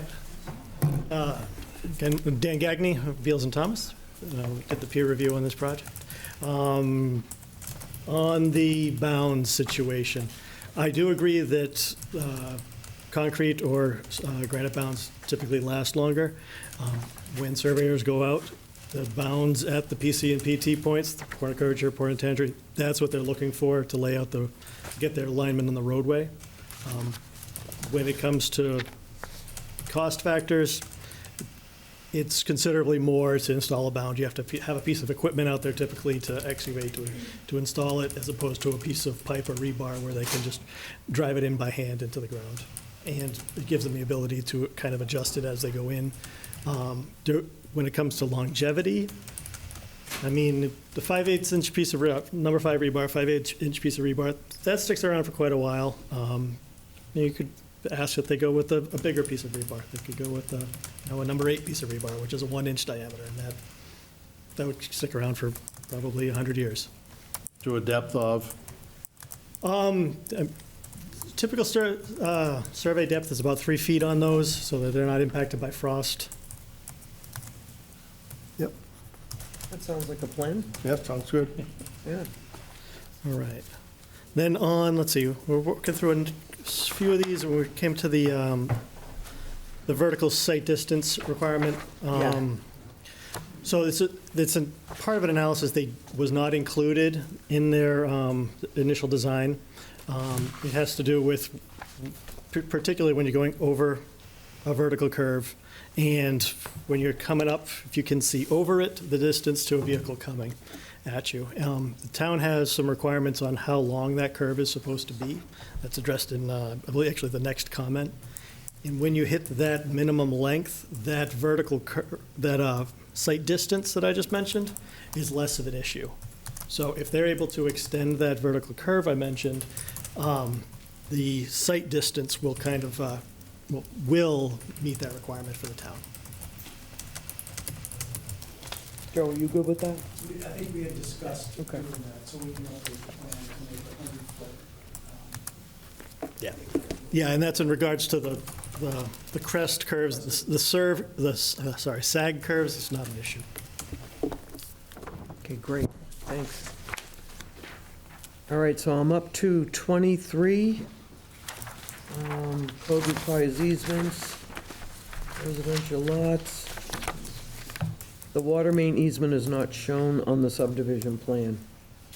What? Oh, easements for the drainage utilities on residential lots. You want them on the plan? So this here is the site plan, the piece of plan that gets recorded, the subdivision plan. That's where I'm hoping that they can show the easements. Now, there's individual drainage easements that have to run through the lots. That needs to be shown. Also, with the water main, they indicated that they're going to have an easement over the entire roadway. I'd like that to be notated on the subdivision plan that is recorded. Will these easements all run in favor of the homeowners association then? So the drainage will be to the homeowners association, the water, that'll go to the town. Town, right, okay, thank you. And then we did 29, that was your question. 29, which has been answered. That's the dry set folder. Yep. Okay, so 32, drainage piping. The drainage easement for the piping on lots 1 and 2. That's the easement seal, well, probably, that's the same thing, okay. 34, vehicle parking on the roadway may impact emergency vehicle access. We requested the applicant document emergency vehicles will have adequate access and provide fire truck sweep path. Yeah, usually we do have that. Yeah, so Yeah. part of what the applicant provided was they show that swept path. Now, the swept path does show that on the interior part of the island here, that the emergency vehicles will need to be right up against that curb line. So I would recommend that there's no parking signage around the island there. Okay. Yeah. And 36, So, sorry to Oh, go interrupt, ahead, go ahead. Mark, was your intent that the geogrid go essentially following the path of the... Before or after each the- driveway. Following essentially the across the street, curve yeah. of the driveway, the main driveway? Like following the roadway so that people can Yes. park? Yeah, I mean, and have it butt right to the driveway so they can incorporate it, whether it be the before or after. I think you should draw it. So how far to the property line or a certain distance? Oh, like I said, it comes 27 feet. I mean, that's ample enough to get a car in. All right. You know, an extra car in and out. It's not that difficult. as Mark, long as draw they- it on your sheet, draw it on mine. I would draw them, so that we're all, Is there any supportable data? I think I understand what I he think you wants to do. know how to lay it Yeah, out. I know what you want, yeah. Exactly. I mean, it's better that he draws it than me. I left my crayons at home. there you go. With the pencil family. Yeah, that's right. All right. ahead. And where are we? Stone wall, relocation of the existing stone wall. What number you on? 36.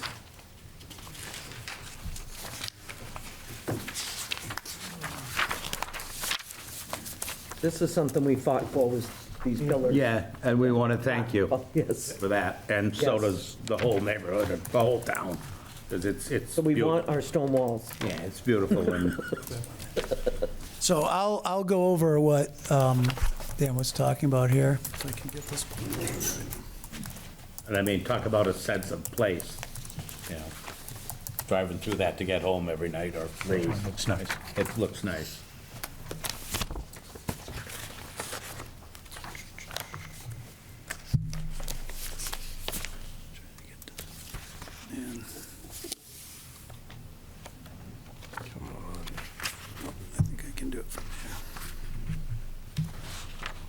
So the question, I think Dan's comment was related to this side of the wall. There's, the grade starts to drop off, if you can see my cursor. Yeah. As you get about halfway down the wall. So what we would propose is, instead of, to do that, we would have to fill in this entire area. So this, what we would propose is to shorten the new wall on this side to just match to the grade before it drops off into this, I can't find the grading plan, or else I would show you there. Let's see if It's I- about 4 feet. Yeah, so the wall is currently, it would be 20 feet from the start of the wall to where it would end. So it would be a 20-foot section of wall that would be replaced. That'd be the I grade. I don't understand, Madam Chairman. We're talking about the right side of the roadway. Is that the wall side we're talking about? We're talking about the west side, I don't have my compass out. Wild Harbor Road side. left-hand side plan left. Left-hand side of the plan. Yep. And what do you want to do with that? So how is the wall shown here now? So it would end at about that bound. See this marker here? The wall would end there, Show me where. if you can see my cursor right here. So it would come, Going down I think I'm Benjamin going Nye, blind. I can't- going down towards Benjamin Nye. by those shrubs. Oh, I see. Yeah, that's all. It would just be shorter than what's shown on our So plan. you'd have to revise the plans to show that? Yes, we'd do that as part of Good. it. Yep. Yeah. It's easy. Good. And then we have the resource, Mass Wildlife. We'll just condition We have to that. do- correct, yeah. That's just a Yep. condition. And we're up to 43, we're into water. 43 is, we just have to show the extent of the concrete encasing. That's just a minor change to the plan. Okay. Anything else on here anybody has? Do I have any other ones? No? I think we're in pretty good shape, huh? And then 57 57. is related Oh, yeah, to adding yeah. some statements related to illicit discharge. That's straightforward. I think the rest of them, one of them's related to the construction general permit, number 65. Right. So that would be, we have to do that as part of construction. And then the rest of them, I think, are just specific to Yeah. erosion control, some notes related to erosion control. Yeah. I believe that takes care of the rest of the comments. May I ask a question? Yeah, go ahead, Tony. How, because I am a little confused with regard to what Attorney Kirk brings up in his March 6th letter as it regards the economic impact statement and the case law, Gregory Reynolds versus ZB of Stowe, Mass. of 2015. What am I would like, if it's okay, Madam Chair, can we give a comment on that? Yeah, definitely. So he's written that letter dated March 6th. He has included some case law, Gregory Reynolds versus ZB of Stowe, Mass. 2015, as it regards complying with Section 30514 via waiver request. All right, may I distribute a copy of that case in a little more legible format? Yeah. If you would take one and pass it down. Slightly.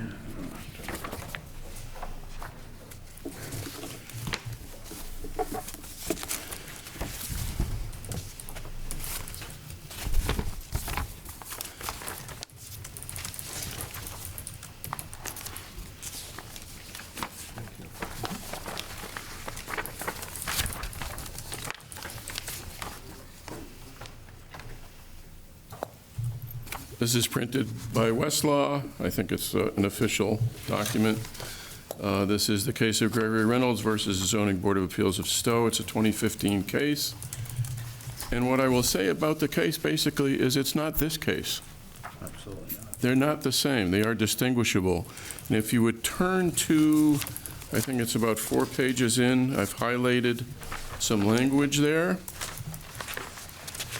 which I will read, and you'll see how these cases are different, because the judge in this case made different findings. He says, with regard to the proposed waste disposal system, on the other hand, the plaintiff does more than simply point at the fact that the proposed development violates the bylaw.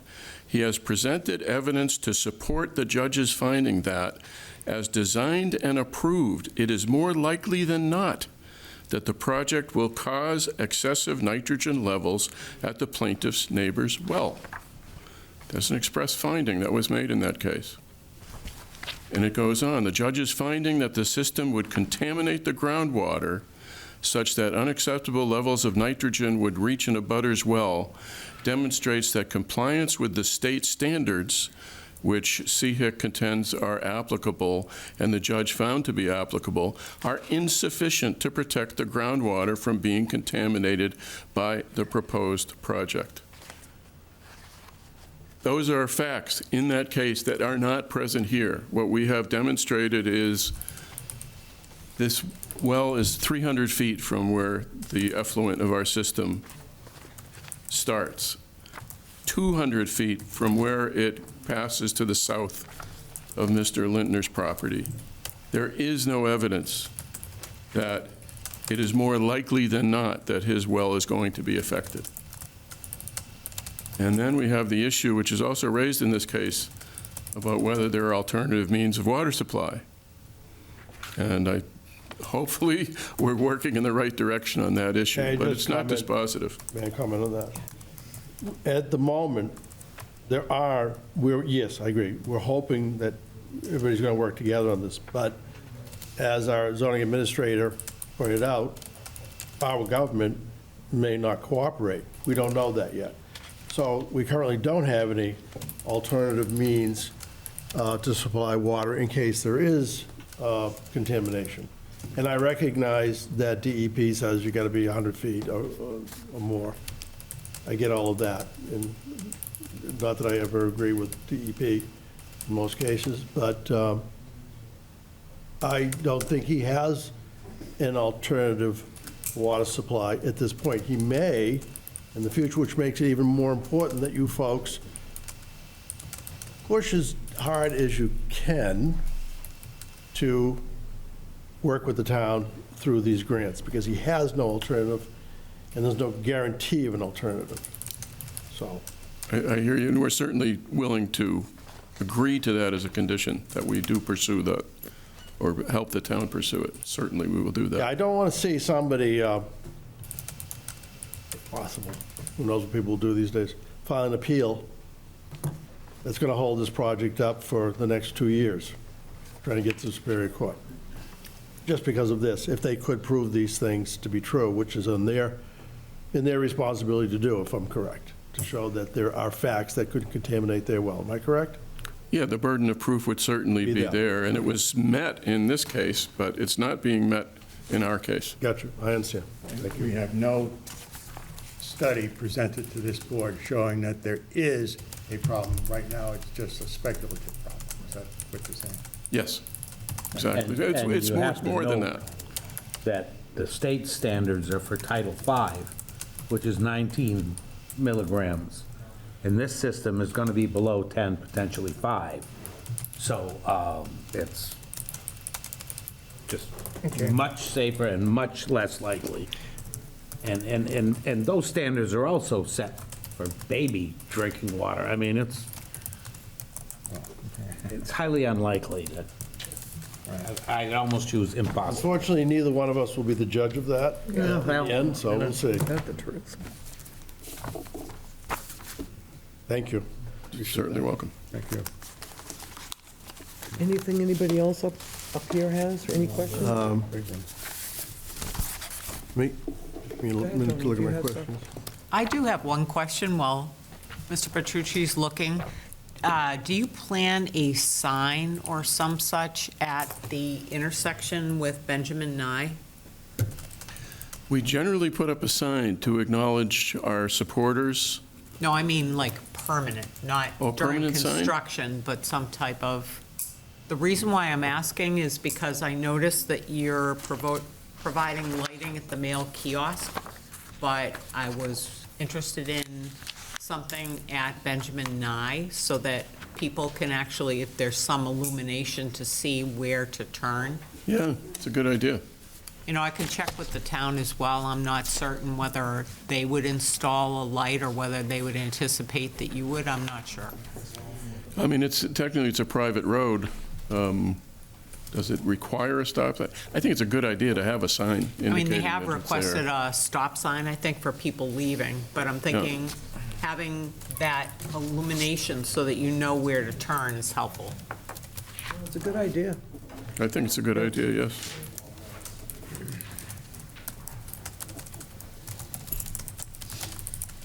Can And I we ask would a agree quick to it. question? It might be for Joe.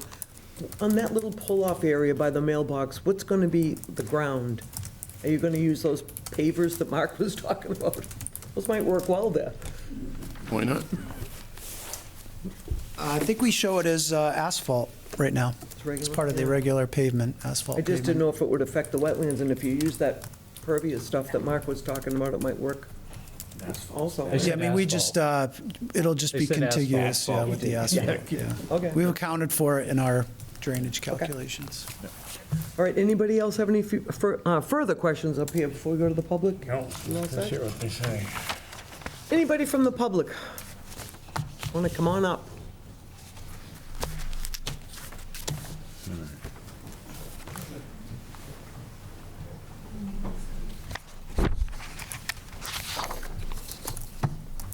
Just need your name and address, please.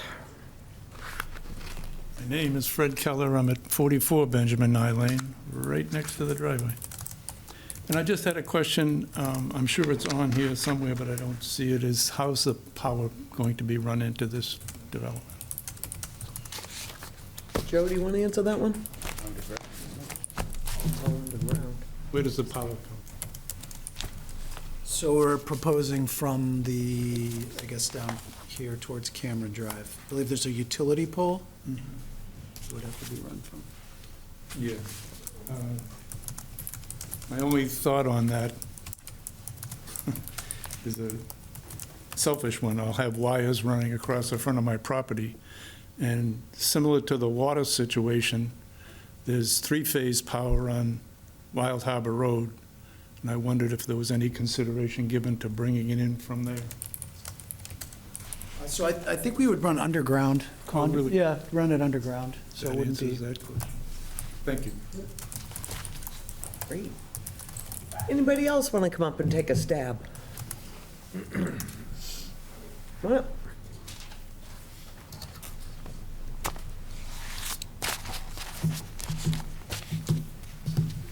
Jeff Lintner, 72 Benjamin Nyes Lane. I would add, Mr. Finneran, that I am not passing anything out today. You commented on that before, but I got something out to you on the 6th, and I hope that that was helpful. I appreciate Mr. Petrucci's comments about this. There's been a lot of debate on this. You guys are working really hard to move this project forward. And I'm looking at what I'm trying to solve here, and I think I can actually make this thing work.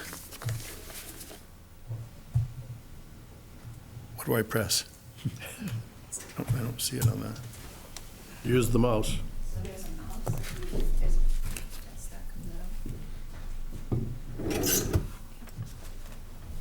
It's Which one are you looking for? just the one. The one that's Yeah. yours or their map? No, the one that I had.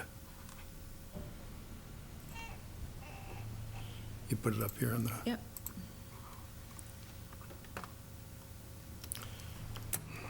There it is. Okay. Okay.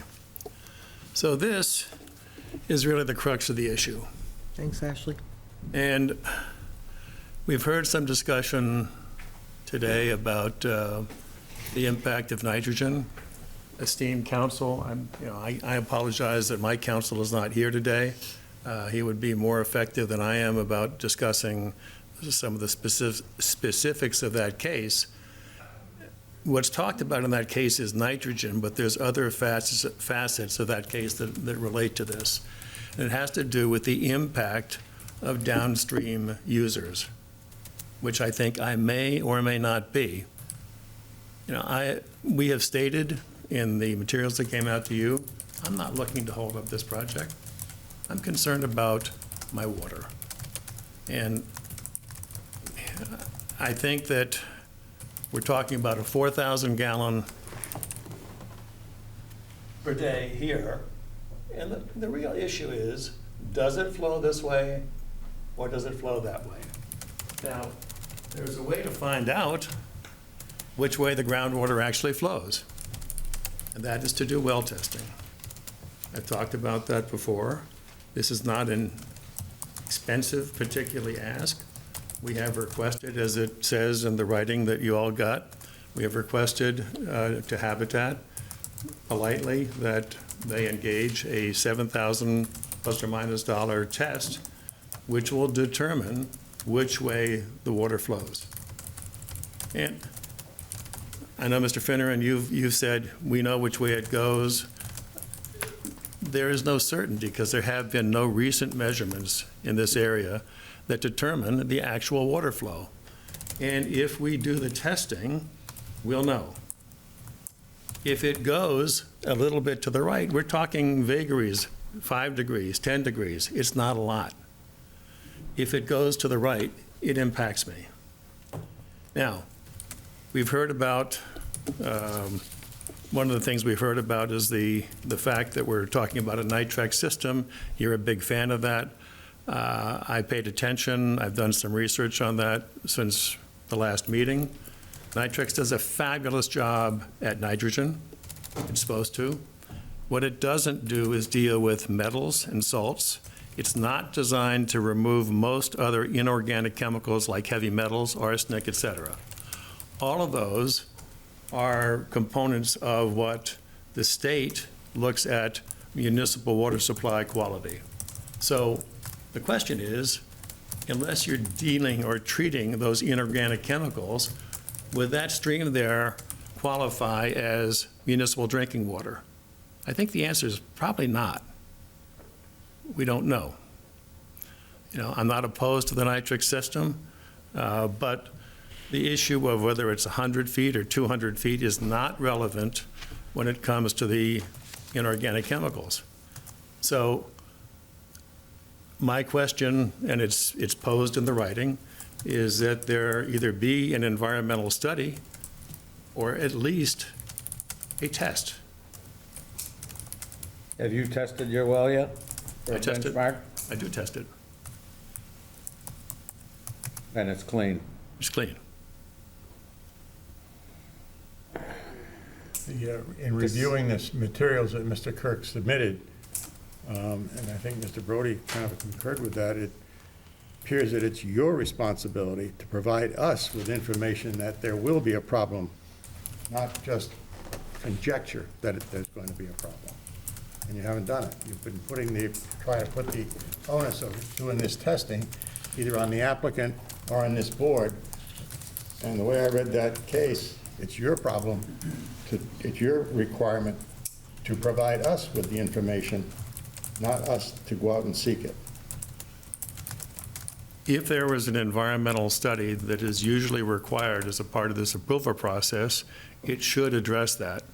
And I would not be responsible for the environmental study. It's far cheaper, I believe, for the applicant to do the testing. And if we do the testing, then we'll know the direction of the flow. Okay, well, The requirements that I understand, and it's in his letter for environmental testing, will the individual or collective sewage disposal systems endanger in the foreseeable future wells for potable water of dwellings either within or without the proposed subdivision? That's very clear. As I read it, I could be wrong. Well, I'm looking at it where it says the abutter, which is you, presents evidence to support the finding that it is more likely than not that the development would cause excessive nitrogen levels at the wells of the abutters. I think you're referring to the case. I'm referring to... I know, but there's a difference. I understand that. Yeah. but they're asking for a waiver of doing the environmental impact study. And, you know, unless we have some information that suggests that one is absolutely necessary, we have the authority to waive it, but that's up to the board to decide, okay? Or, far cheaper than that study is doing the test. It's also a possibility. I'm a pretty simple guy in this. I look at this and I don't know what my alternative is. I've asked people to go out and, since the last meeting, because I think there was some comment that the water department might be really interested in making connection.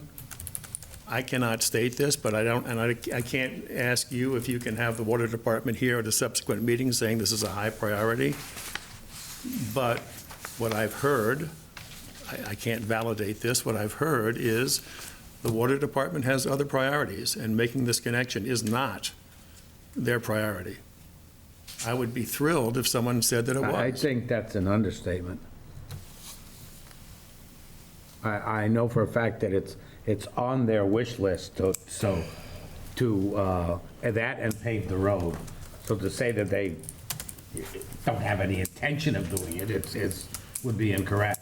And we've had correspondence from the water department, and I know you've spoken with them as well, as I know you've spoken with the health agent. And I mean, he told you basically the same thing that I've told you. And I also asked around people that I knew, do they know of any instance where these groundwater flow maps were proven to be wrong? And no one could cite a one to me. And then we have state law to fall back on, and it's 100 feet with a Title V. And I mean, you're talking about something that's gonna put a quarter of what a Title V is in there. I mean, go back to what Frank said. It really is your burden. Can I? Go ahead, May I comment? You know, I truly empathize with Mr. Littner in this sense, because any one of us who are not in control of the environment that in which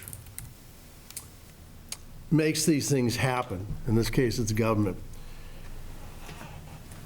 Mr. Federer, I agree with him that the town is showing interest in doing this because it's the right thing to do for $120,000.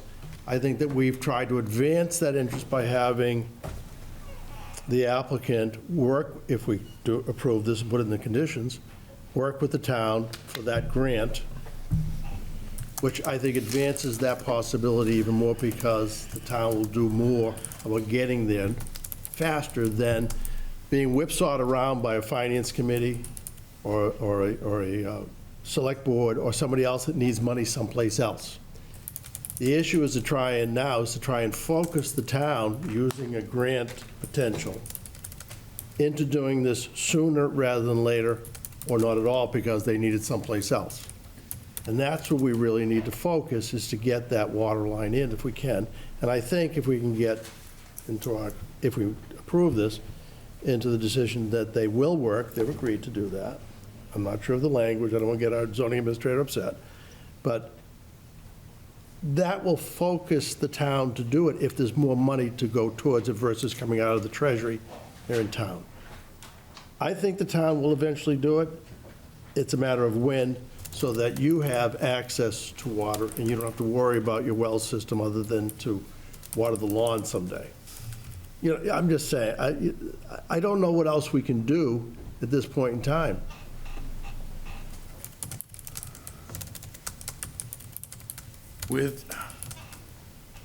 I've listened to the comments that you've made in a number of areas. So you've spent a lot of time worrying about the wall, and that's probably going to cost $30,000, $40,000 to move. You just took $20,000 off that they didn't have to do sidewalks. I'm suggesting that a $7,000 study that tells us which way the groundwater flows makes me not worry. If it goes that way, I'm fine. I'm fine. It's not a lot of money. It's a very simple ask. The alternative is to really push on doing an environmental study, which costs a lot more. This is not much money.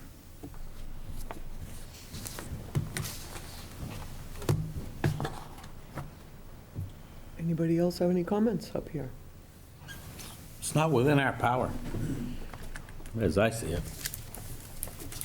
How do you see it, Noreen? It's, Well, I think the problem that you have here is the state and the town's Board of Health has, and engineering has repeated the same information where they say, this is the distance that we require somebody be from a well.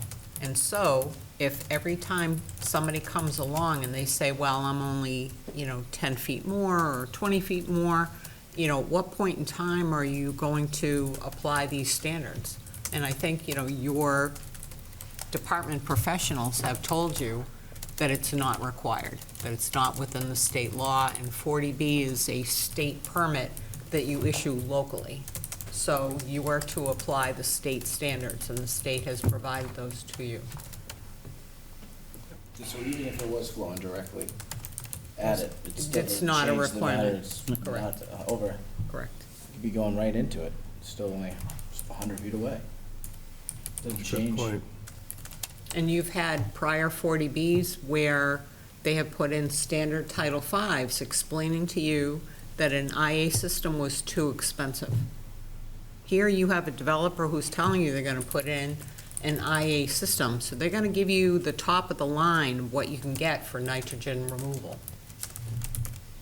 I would assert there's not much more you can do. Maureen, I'm not worried about nitrogen. I acknowledge that. Not the least bit worried about that. It's an excellent system, if it's maintained well. I'm worried about the inorganic chemicals, I'm worried about everything else.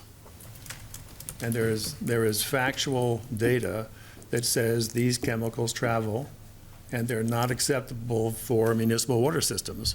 So why should I, as a private citizen with a well, be treated differently? I think what the state law is saying is you're beyond the scope of this applicant's responsibility. And that while everybody understands your concern, it's not a town mandate. And where you're beyond that, you're asking for someone to essentially do testing that a private developer would never have to do because there's no mandate for it. And also speculating that these things are going to be introduced into the water in the first place. I don't know too many people that are out there baking with arsenic. I'd be happy to share with you the lengthy list of chemicals that's in there, sir. You know what would happen if we gave this to you? The whole town would be coming back and would be inundated with these things. I mean, the state sets the standards.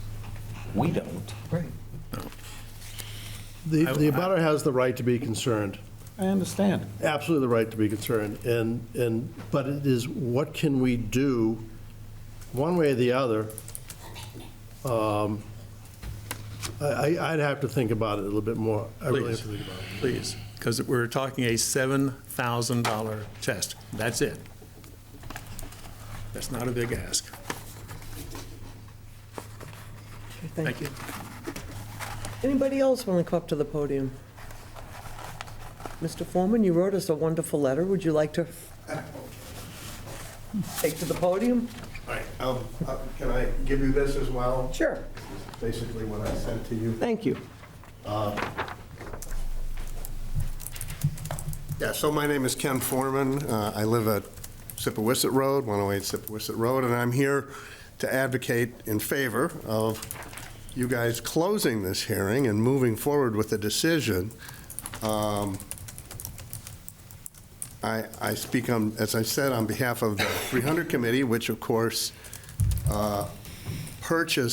made the agreement to purchase the 56 acres, of which 7 of those acres have been set aside for affordable housing development. And I would just like to acknowledge that we couldn't have made that purchase without the support of Habitat. And we felt, often land conservation organizations are criticized because we are taking open space and preventing development of much-needed housing. And there certainly is a housing crisis, not just here in Falmouth, but everywhere in the country today. So that's a reasonable concern. So we felt this was a great synergy. We could get some much-needed affordable housing, and the contribution of funds to help us acquire the parcel enabled us also to conserve 48 of those acres. In looking at what Habitat proposed, and let me add that, as many of you know, I served on the Zoning Board of Appeals for more than a decade, several years as chair. I saw lots of 40Bs, and it was, as I'm sure you're beginning to appreciate, a painful experience because we did not have safe harbor, and we were forced to allow all kinds of projects that were overly dense, that where during development they cleared lot line to lot line, no buffers, no attention to proper wastewater treatment. And for that, they would set aside 25% of the homes as affordable. The example that I gave you was one of the more egregious ones, in my opinion. It was about 5 acres on which they put 28 units, cheek to jowl. Those units, market rates, I believe, sold for average price of between $800,000 and $900,000 apiece. 21 units at that price, and then 7 units went for $243,000. Clearly, those developers made out very well. And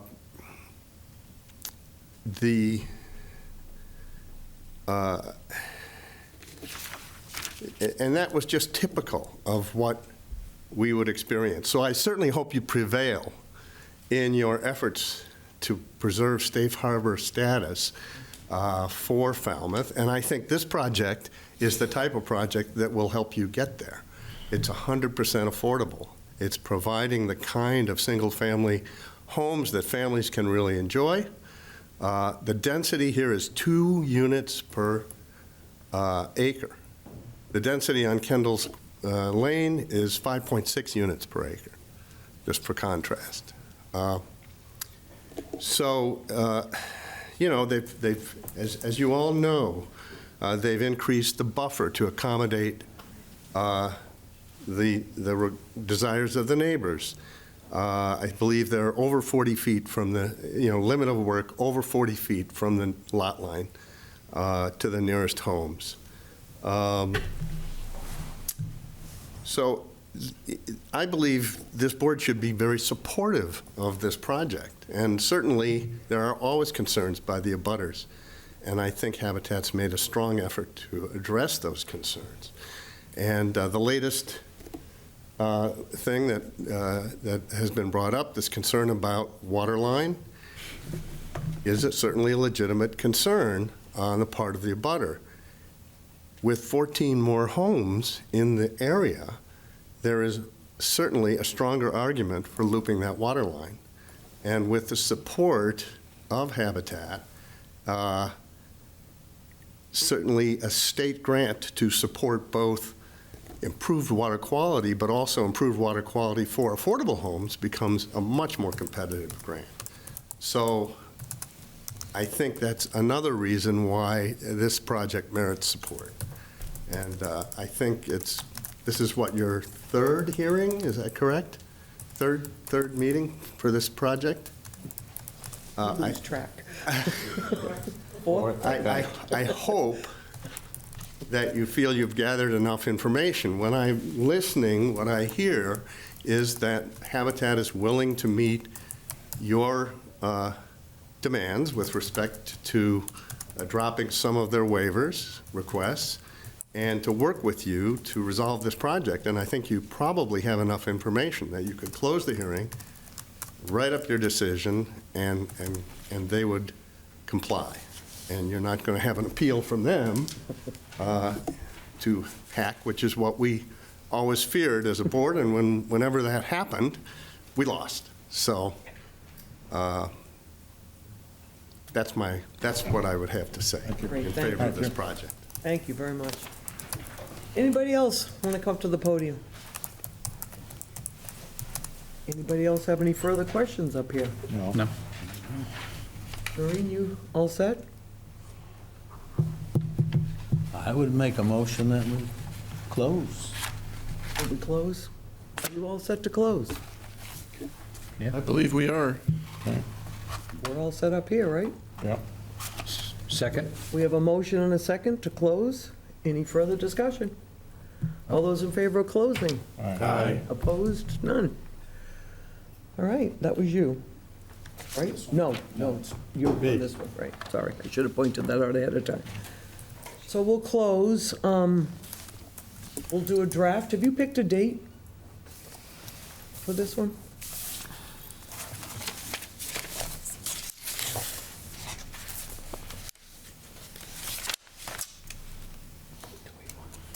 We would be looking at reviewing a draft on April 16.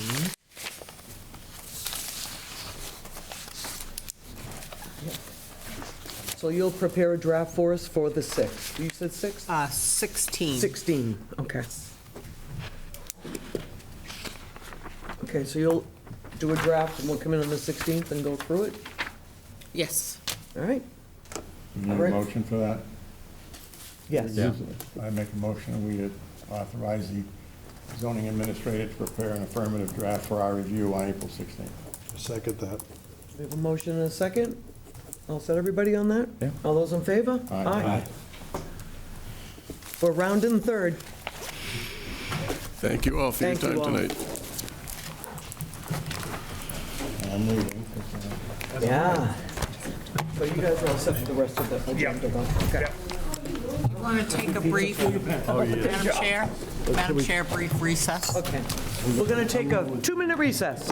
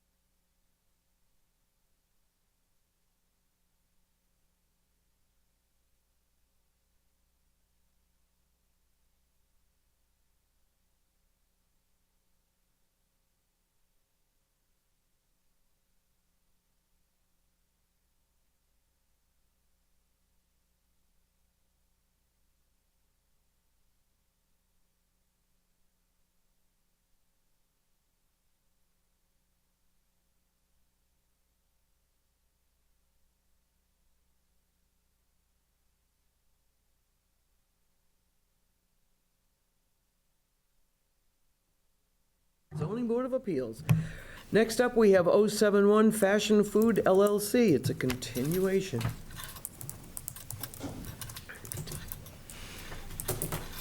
Thank you, Madam Chairman. First, you've saved the best for last.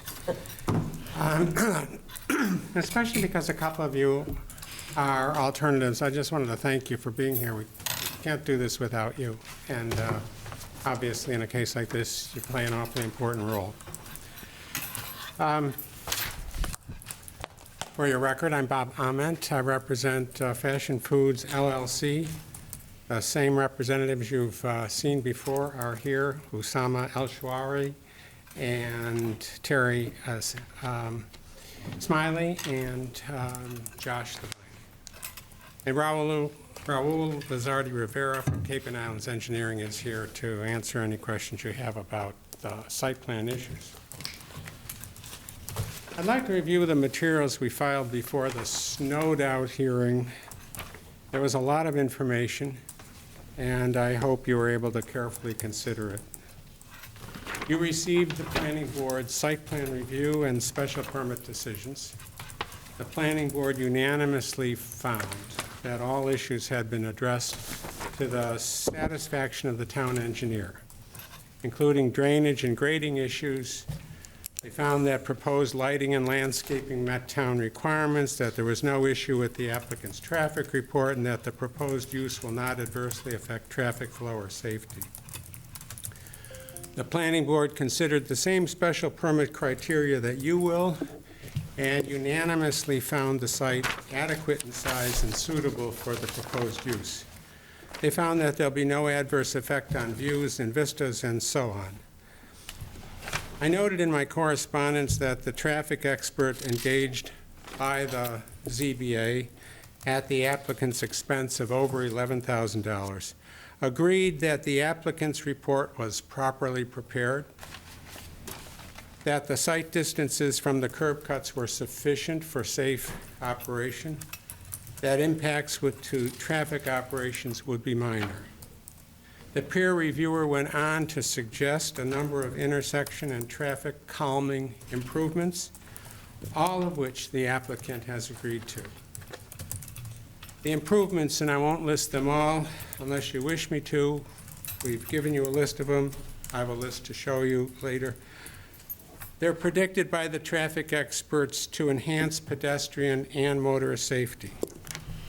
The peer reviewer, Jeffrey Dirk, that is the ZBA's expert, told the board on January 8 that, and I quote, "there's not a large increase in new traffic, that the site is laid out very well, that the site is able to process the circulation."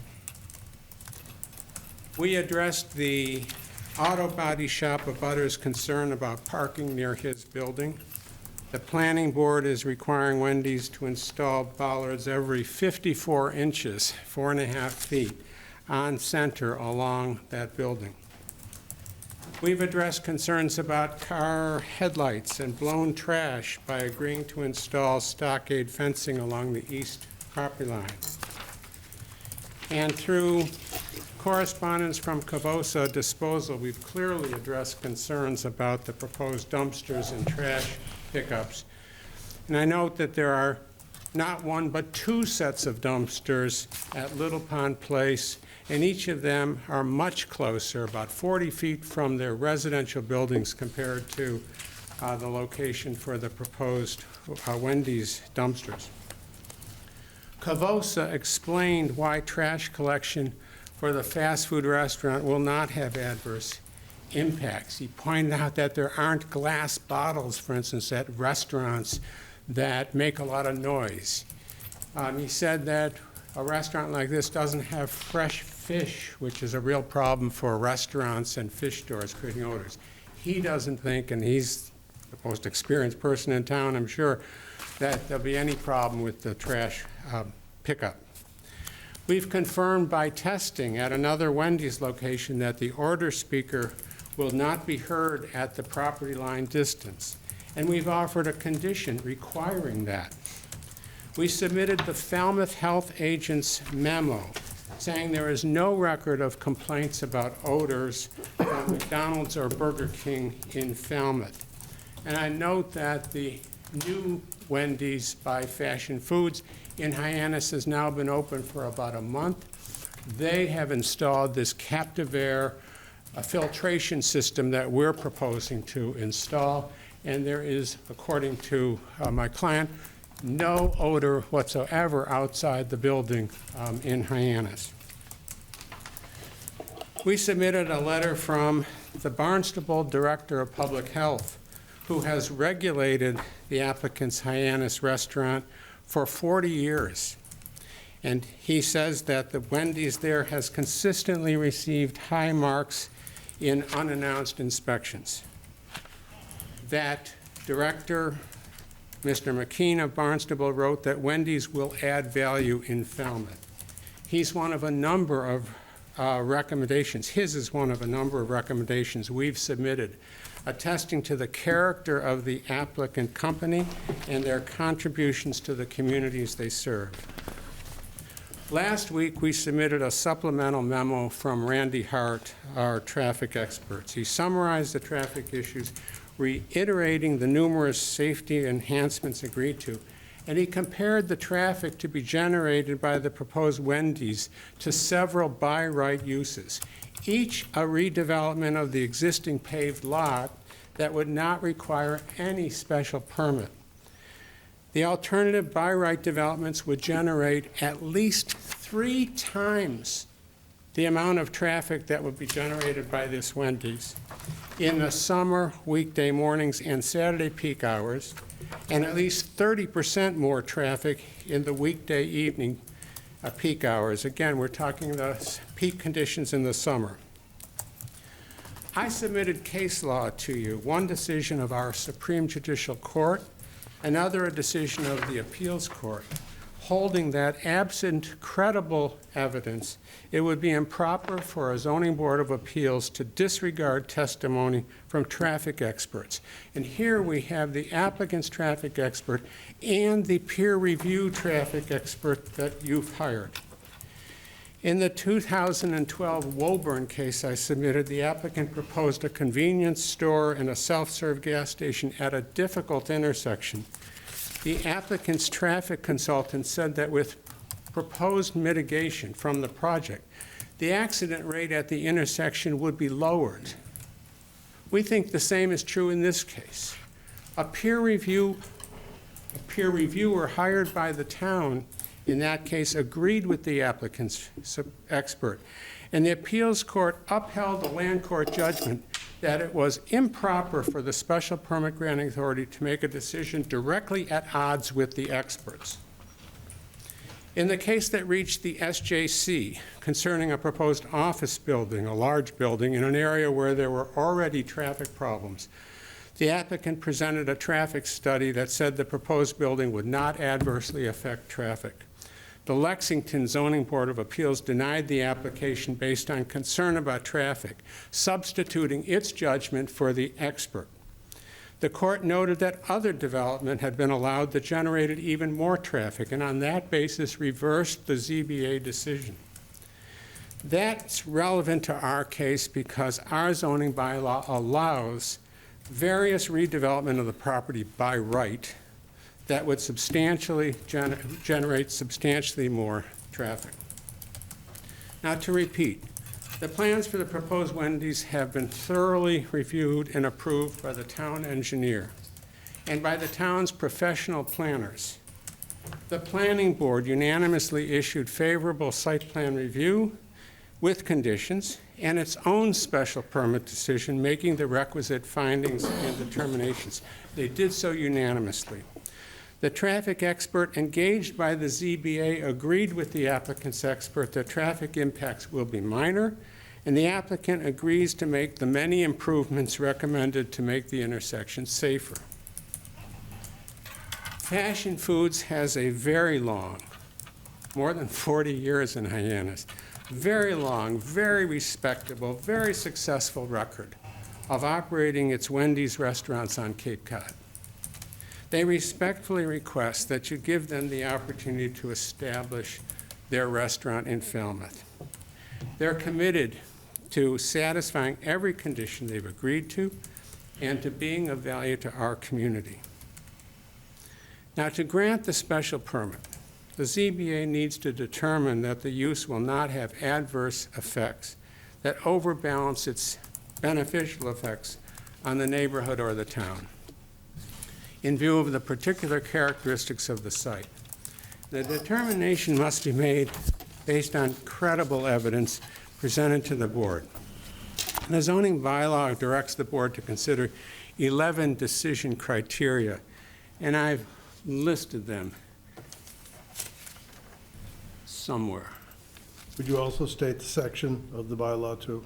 I'm sorry? Would you just state, this is going to be a question I'm going to have to you, would you state the section of the bylaw you're referring to, such as 13.1? It's such a new bylaw now. I have the zoning bylaw, and I can do that. But let me just list these, and then I'll get to that. Thanks. And so these are the criteria that are listed in the zoning bylaw. The size of the site. We have almost an acre, 41,000 square feet. that exceeds the required lot size in the B2 district. Our lot coverage is less than 70% that's allowed by right. Our building lot coverage is 5.8%. 40% is allowed by right. There's adequate parking and safe and efficient site design, including the drive-through and the queue, and that's been found by the traffic experts. The site's already cleared. It's virtually entirely paved. B2 zone allows the proposed use, and the corner lot allows for the efficient dispersal of traffic with only minor impacts. It's a better site than Route 28.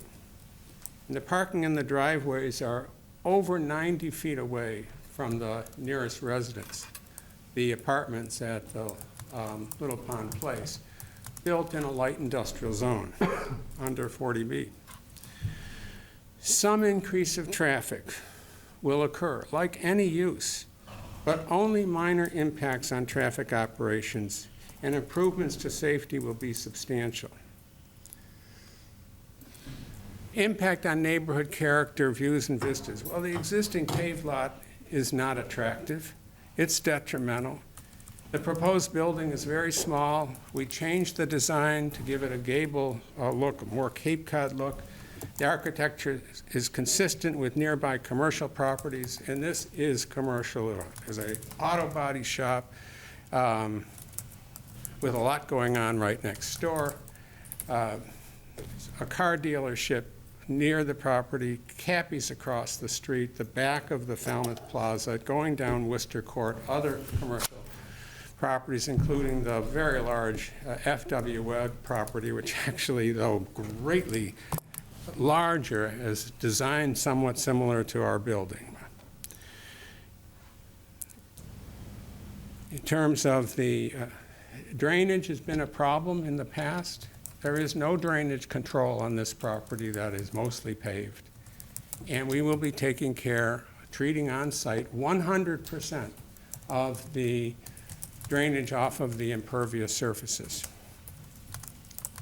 All the town utilities are available, and the intersections improvements are going to all be made at the applicant's expense, which benefits the public.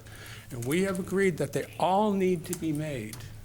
They all need to be completed according to the town standards after dealing with the engineering department and the traffic advisory committee. They all have to be done prior to occupancy of Wendy's. There'll be no direct impact on the supply of affordable housing, but the development will increase the tax base. It will create jobs, and the restaurant will offer convenient, moderately priced meals, including healthy options. The Zoning Board of Appeals is required to consider the site plan review decision of the Planning Board. And you've received a copy. It's a favorable site plan review. We've also received their special permit, as I said. And you're supposed to consider compliance with the bylaw. And in its site plan review and special permit decision, the board found that the plans satisfy site design, stormwater management, transportation and traffic management, parking and landscaping regulations. The applicant addressed all comments from abutters, the planning board found, and town officials.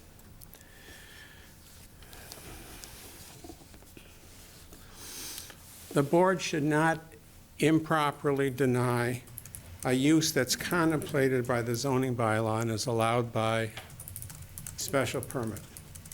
A development may well have an adverse impact in some respect, but if the adverse impacts do not outweigh the benefits, the special permit should be allowed. Surely the board acknowledges that the owner has a right to have her property developed, and that it will be developed for some use which will create some amount of traffic, and some by right uses, it will be considerably more traffic. The only impact from the proposed Wendy's that can be considered adverse under the zoning, given the B2 zoning and the neighborhood, is some increase in traffic. The experts tell us that we'll have a minor impact, which is less than various other uses allowed by right. and without a special permit being required for such other uses, the improvements that are being proposed and have been agreed to might not happen. New traffic trips will occur with any development of that lot. But the minor adverse impact, which is what the experts say is the case from that traffic, will be more than offset by benefits. So let me discuss those.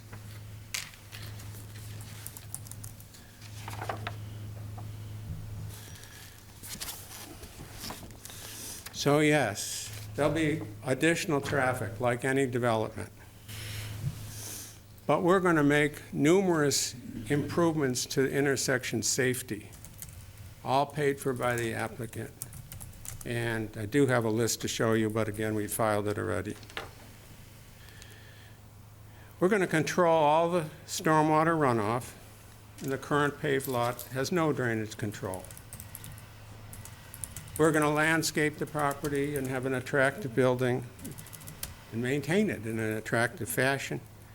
And it's going to replace an unattractive paved lot. There's been complaints from the abutter, Linda Clark, for Little Pond Place about trash blowing across the property onto the apartment property. Well, Wendy's didn't cause that, but we're going to stop it because we're going to put up fencing. And that fencing is also for the purpose, and primarily for the purpose, of blocking headlights. So we proposed along the easterly property line a 7-foot-tall stockade fence. The investment in the property will add to the tax base and create jobs. Wendy's will offer residents of the area, including those at Little Pond Place and others in walking distance, businesses, visitors, affordable meals with healthy options. And it's been suggested that the development of the property and lighting the site at night may also help to create a safer intersection.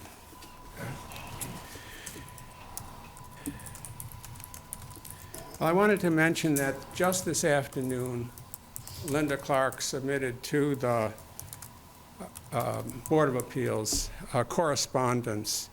What she submitted was a letter she sent to the Planning Board on January 20. Why she waited until today to submit it, I don't know. But that letter included various information which is not correct, some information which by federal law, taken from state indices, is not to be used for permitting purposes. And I noted that... From a what? Taken from a state what? Let me go. Oh, please, I just be explicit. I want to. Yeah, I wasn't real clear about that. No. Linda cited statistics about more accidents than what the Falmouth police in writing told us had occurred in the last year from a database of the State Department of Transportation. I think it's DOT. Right on the site she took it from, it says the information should not be relied on, it's subject to change and may not be accurate, and that federal law prohibits its use in federal or state proceedings. She's aware of that because we made her aware of it. On February 3, I responded to her letter of January 2 to the Planning Board. And I'm going to give you a copy of that letter. We were hoping you'd close the hearing and vote on this case tonight, but she submitted something this afternoon, and I want you to know what our response to that was, because we submitted a lengthy response to her letter to the Planning Board, but I don't think, just like her letter, it was submitted to the Zoning Board of Appeals. So I have 8 copies of this letter, and I'll give it to you. Thanks.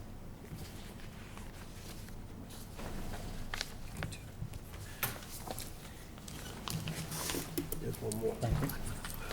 You've received a number of letters from people, some of whom live nearby, some of whom live many miles away, but are against fast food, it seems. Some of what they're telling you is not correct. One letter you've received said the site is smaller than the McDonald's or Burger King in Falmouth. In fact, the property, 41,000 square feet, is just about the same size as the Burger King property, which is a little less than 45,000 square feet. But that property also shares parking with the Town Fair Tire next door. And the McDonald's property is in fact bigger. It's 1 3/4 acre about. But if you look at the map, much less than an acre, about half the property, is actually used for the restaurant. The other is an area of wooded property that extends to a narrow strip abutting the T-Ticket school. So are you suggesting that in further applications, we don't consider wooded areas as part of the, you can't have it both ways. Well, I think here we have a property that's entirely paved. We're not taking down any but a single tree, I believe, right? And the issue was whether the property was too tight for the proposed use. So I think that the suggestion that this lot is too small, which is contrary to the expert's opinion that it's a well-laid-out plan, is just wrong, and I wanted you to be aware of it. You should make your decisions based on credible expert evidence, not that somebody tells you. If somebody tells you, well, the queuing isn't sufficient, when your own expert says it is, besides the design makes it, if it isn't, there's a whole lot more space. You don't have to be worried.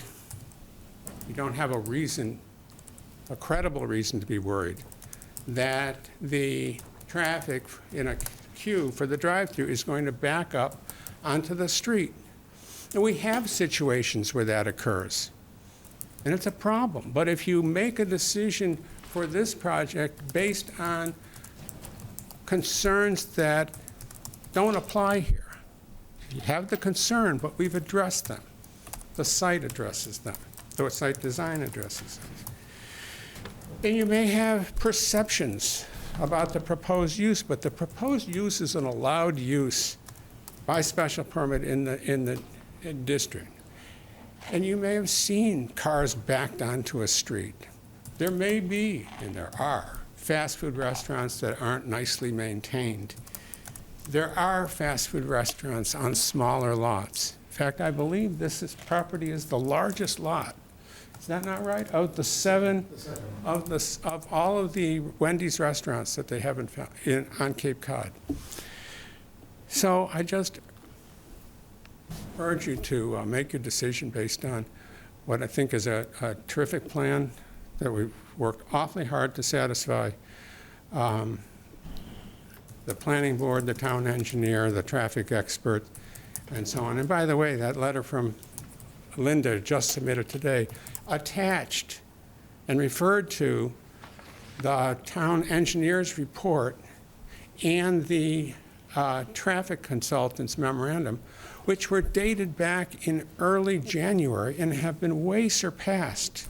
And the issues that are raised in there have all been addressed, and you have subsequent filings from the planning board, the town engineer, and from your own traffic expert that address all the concerns.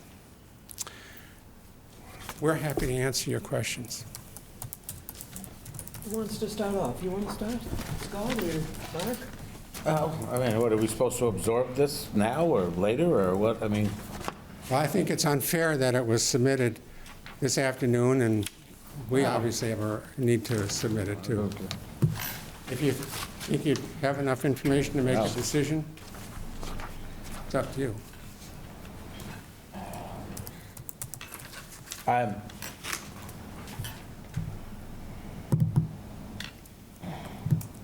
This one bothers me. I mean, it has right along. And can we do anything about it? I don't think so. You know what pushes me the other way? Is when I consider my reservations now, and then I look to the future, with Mr. Cod, with 4- and 5-story buildings in the plaza, where I've been told that the Roses just sold their property, and that's in the Mr. Cod district. At some point, and this is stuff that's already done, I just see the whole area as overburdened, and this just adding to it. Sorry, and I like Wendy's, don't get me wrong. When I go to Hyannis, I go there. If I pull off the road anywhere, I'd 10 times rather go to a Wendy's than anywhere else in the fast food realm. But I just find this to be too much for this spot. But your suggestion seems to be against any development of this lot, No, except what do you want but to do? your engineer noted that a convenience mart would be by right here. If it was up to me and my vote, I wouldn't want a convenience mart there either. I just think this. Yeah, but you're not basing your decision. There comes a certain point when things are filled, and I think we've exceeded that point. And I just, and I don't see with all the upcoming growth, I don't see this situation getting any better, and that's what put me over. I live in the area. I drive by it every day. I contemplate this almost daily since this application came in front of us. I think the only legal response to that problem would be for the town to take the property and turn it into a park. So, I mean, the town could do that, I guess. I don't think the town is going to do that. Otherwise, that property is going to be developed. And this is a appropriate use that we've really worked hard to minimize the impacts. Yes, there'll be more traffic. Yes, there'll be somewhat more delay in going through the intersection from Spring Bars Road. That's part of any development that's going to occur. But the intersection is going to be safer. The speed radar signs on Worcester Court, your expert said would reduce the speed by 3 to 5 miles. That's a significant reduction in terms of creating safety. The response to the application cannot be, there's too much development in Falmouth, and we won't allow this property to be developed. That just isn't lawful. Well, that actually wasn't my response. My response is it's just not, it's too much in my mind. And then when I consider what's coming, it's more than too much. I put lots of thought into this, and I mean, I don't see it as the right thing. Sorry, I just don't. Fundamentally, it's been traffic, and public health and safety, and I understand Mark's comments, but for me, I'm okay with the project moving forward. I do think that the applicant has stepped up and mitigated the vast majority of the concerns of not only this board, but other boards. It's hard. The town isn't going to be what it used to be. It is going to grow, and again, as long as the applicant continues to step forward and understand that public health and safety at that corner is paramount, then I'm okay with the project as proposed. I have a couple questions. Has the soil ever been tested under the tar? Well, it was done before early in the ownership of the property, sure. Does a 21E exist? 21E, does it exist? Sharon Muller, I'm the owner of 1 Worcester Court.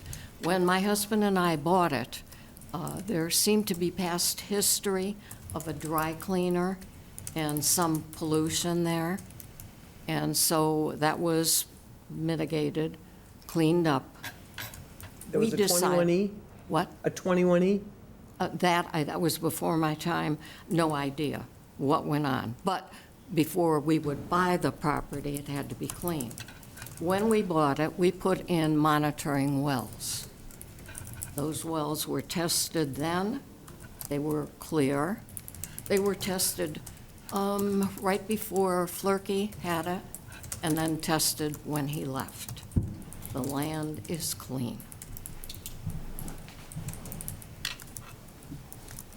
If the board were to place a condition on its grant of a special permit that we have a 21E study done prior to construction, we would do that. I think it's something that anybody about to spend $2 million on investing in a property ought to do. And I'm a little surprised it's not part of the agreement. Excuse me? I'm a little surprised it wasn't done in the beginning, given the history of this land. I'm not sure that having been told by Sharon that it was already dealt with, and the property not having been used for all these years, other than what it's been used for, parking, that's to decide to do it when you have your permits and when you can go ahead. Whatever. Anyway, it hasn't been done, but we'll do that if that's of concern. Madam Chair, I'm sorry to interrupt you. No, go ahead. 21E is done on commercial properties because of their history, generally speaking, to determine if there is a pollution that needs to be mitigated. We all know that, any of us that buy commercial property that's been used in that way. Sometimes that mitigation, depending on what's in the groundwater, makes it difficult and expensive to mitigate, whether you cap it, so it makes it impermeable, or you remove the soils. So I am a little surprised to hear that a 21E was not done on this. So if this board were to approve it and with a condition that 21E be done, the question then remains, well, and I think I have the answer, what happens then? Then, of course, if you find a contaminant, you have to report it to the state, DEP, and DEP is going to direct you to do something that might make it uneconomical, which is why I'm a little surprised that it wasn't done at this point in time, simply because monitoring wells exist. Monitoring wells are put in because something's wrong, and something's going to show up someplace. And no one tested those monitoring wells at this time. I'm sorry, but it just surprises me to hear this right now. But I apologize, Madam Chair, you were asking questions. It doesn't seem like a decision. And were they located in the proper spots? I'm surprised the planning board. They're located where an engineer tells them they should be located based on a previous finding of X. But we don't know that that's the case. The owner of the property is confident that she and her husband addressed the issues early in their ownership. If the board feels that it wants to make a condition that we get a fresh 21E report, put it in your decision. And the planning board never mentioned soils to you in a dry cleaning, where a dry cleaner exists. And the car wash. Yeah. I'm just surprised, just as a. We have no credible evidence that there's a 21E problem on the property. And if you want, we'll make sure there isn't. People don't throw in monitoring wells for nothing. On the contrary, if there was an issue, and Mrs. Muller has said this to me earlier, they put in those to make sure there never was a problem, that they could check. And what she's telling you is there isn't a problem. Madam Chair? Go ahead. And I'm not questioning anybody and what they're saying, but when one states that there's not a problem, it's because somebody took a monitoring well, had a qualified individual test that monitoring well to determine that nothing was in the groundwater. All I'm saying is, I didn't hear anybody say that was done. You've raised the issue. We've agreed to it. I'm just surprised, I'm surprised the planning board didn't bring this up. Yeah. Nor the town engineer, by the way. What? I'm surprised the town in general didn't bring it up. I don't mean to be critical of anybody in general.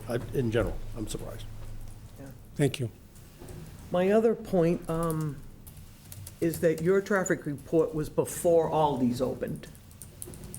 As stated in the most recent correspondence from our expert filed just a little over a week ago, and previously stated and addressed in the original report.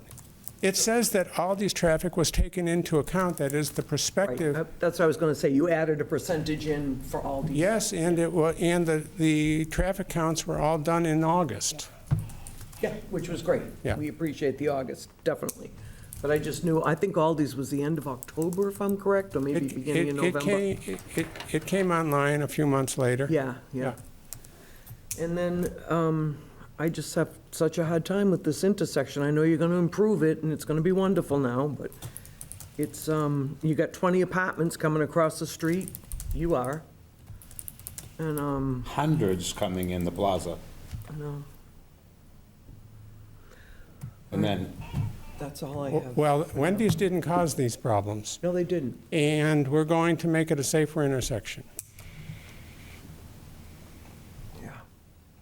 Our decision is for today, and it's also for 5 and 10 years from now. Well, the traffic study does include actually a 5-year projection for the traffic numbers. It included the Staples, the shopping plaza? nobody knows what's going there yet. I believe that was mentioned as one of the projects that the town planner reported to the traffic consultant, but I don't want to be sure about that. Certainly, if there are proposed apartments at the mall, those weren't taken into account. I didn't think so, yeah. That's all I have. Do you have any? Madam Chair, through you, may I ask our zoning administrator a couple questions?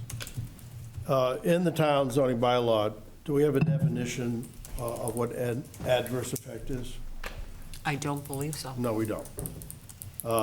So, on that, the second question, I'm going to come back to. Could you repeat that? I didn't hear that. Do we have, there are certain things, as you know better than me, you've been doing this a lot longer than me, that a ZBA has a lot of leeway in, and that is judgment, especially where there is not a definition or a bylaw is opaque.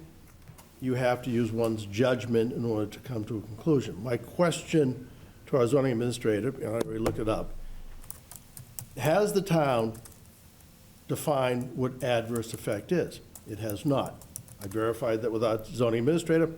So we must, even though we have all of these reports, we must use all of that in our judgment to determine what an adverse effect is, which is what I'm going to do. The rest of the board, I have to decide what they're going to do.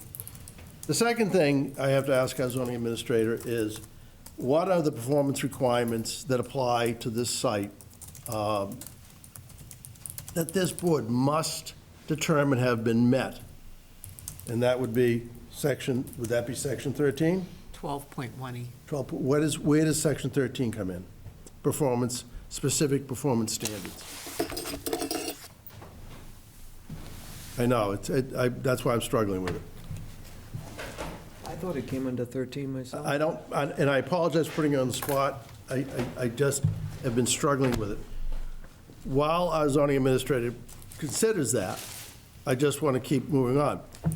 I am using 24013 performance requirements.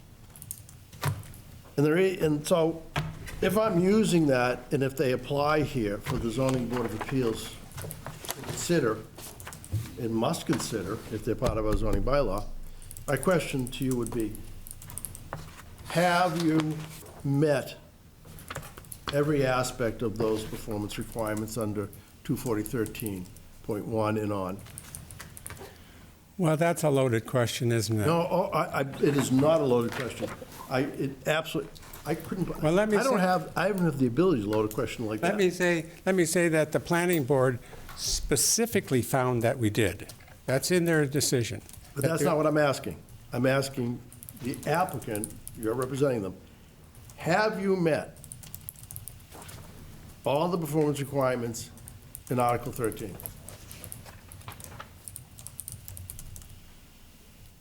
It appears, no, I'm not going to even answer, I'm not going to answer your question.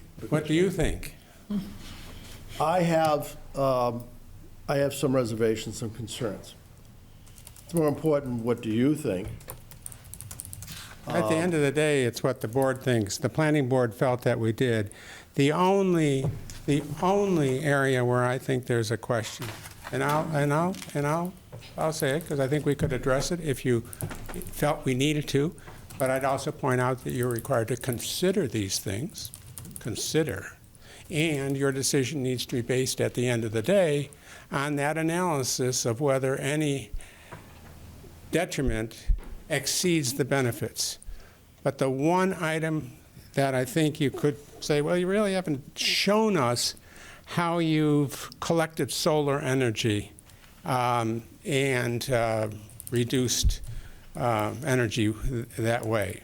You know, do we need to add solar panels, which some people wouldn't think would be attractive, on top of some of our parking? That is the only area that I think that So there then you could would be a ask us to deficiency. waive that? Okay. It's a small project, and I think that, No, you answered that very quickly. I said you would ask us to waive it, but that's not what the bylaw says. The bylaw says these are the performance standards which this board must consider, all right, and adhere to. Can we as a board ignore any one of these standards I and think do you our do job? it all the time. I think the planning board, which these same standards applied to, answered that question unanimously, granting a special permit and site plan review. And I don't mean to argue with you, but you keep referring to the planning board. They're the planning board. This is the zoning board of appeals. We have to consider what they did, absolutely. But they don't direct what we do, or how we think, or how we should think. So I would Mr. really Petrucci, suggest you don't tell us that just because the planning board did it, that we should do it. We have bylaws that we have to adhere to. I agree with Mr. Peterson. I don't have a lot of problems. Our problems are about safety. You are going to increase the traffic, and increased traffic increases safety concerns. Because I have to use my judgment by reading the reports, I'm not 100% sure that what those improvements are going to be will eliminate the safety concerns. That's the problem, the public safety. That's my problem. All right.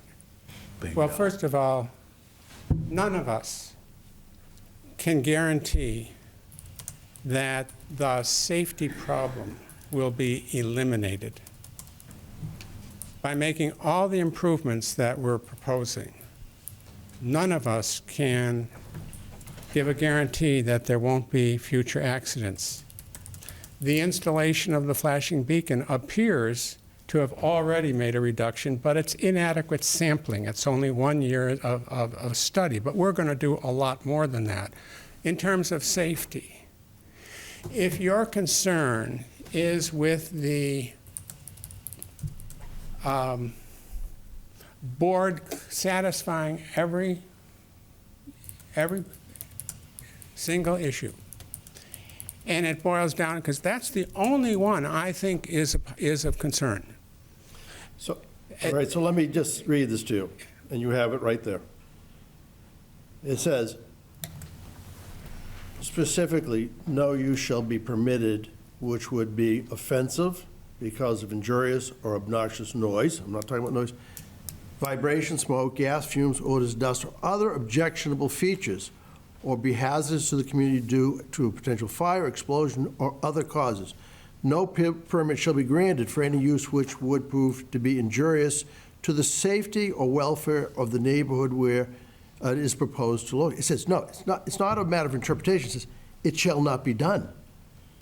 Well, let me point out that whether we have some amount, and it doesn't say how much, any amount of solar power, or whether we use a groundwater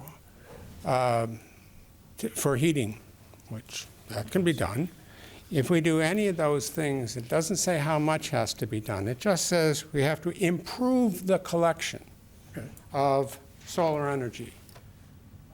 And improve when we have a situation where there's I'm not sure whether this applies, the word improve makes that apply or not, but let's assume for discussion that it does. That has nothing to do with safety. I agree. Or welfare of the neighborhood, does it?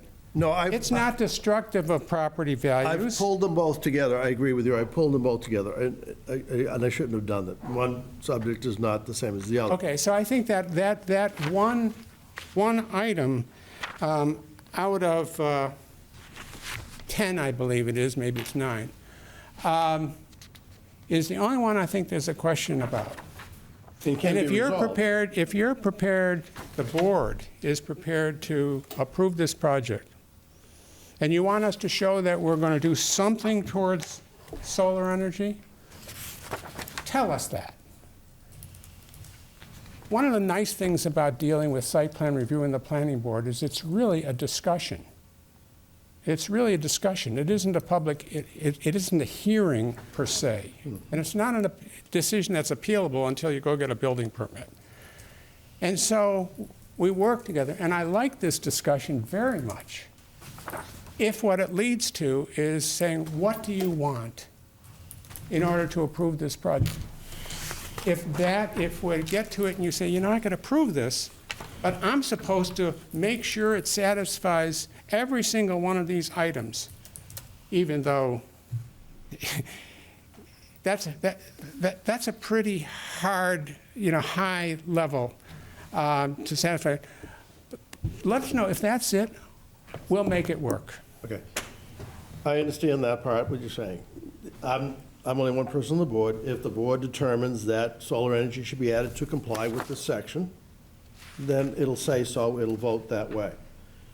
My real concern is the safety aspects of the intersection because of the increased traffic. This board could say, well, you know what? No, we're going to deny it, and now we don't have any safety issues because the town's already made improvements, and now we don't have any safety issues. And the safety issues go away. You could appeal that. No. I'm not... They don't go away. We've acknowledged, didn't I, that traffic is an issue. There's no question it's a difficult intersection. It's on a state list for the area high accident rate, although again, not in 2025. Actually, it should be plural. It should be intersections, not just that intersection. Each entrance and exit to that place. You just can't show me where this doesn't exacerbate the situation in the neighborhood. Now you are substituting your judgment for two professionals who say that these are, and the town engineer, as well as the professional planners of the town, who say that the design of these curb cuts meets the required site distances to operate safely. And you're suggesting there shouldn't be any curb cuts from this property. Well, this property is going to be developed and there will be curb cuts. So, we would do, within reason, we have to see what we could do to satisfy that concern or if there are others. But tell us what it is that we need to do to win your vote. We cannot avoid the adverse impact for more traffic.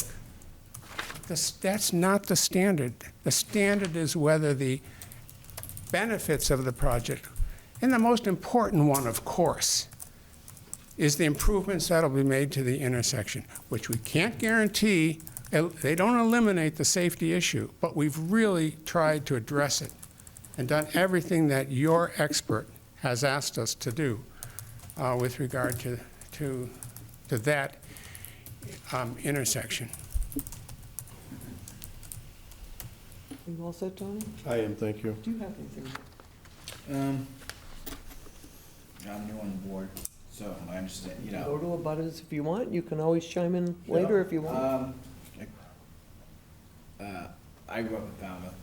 I don't love the idea of a Wendy's, but as a board member now and how I have to base my decision, that shouldn't come into play on my decision.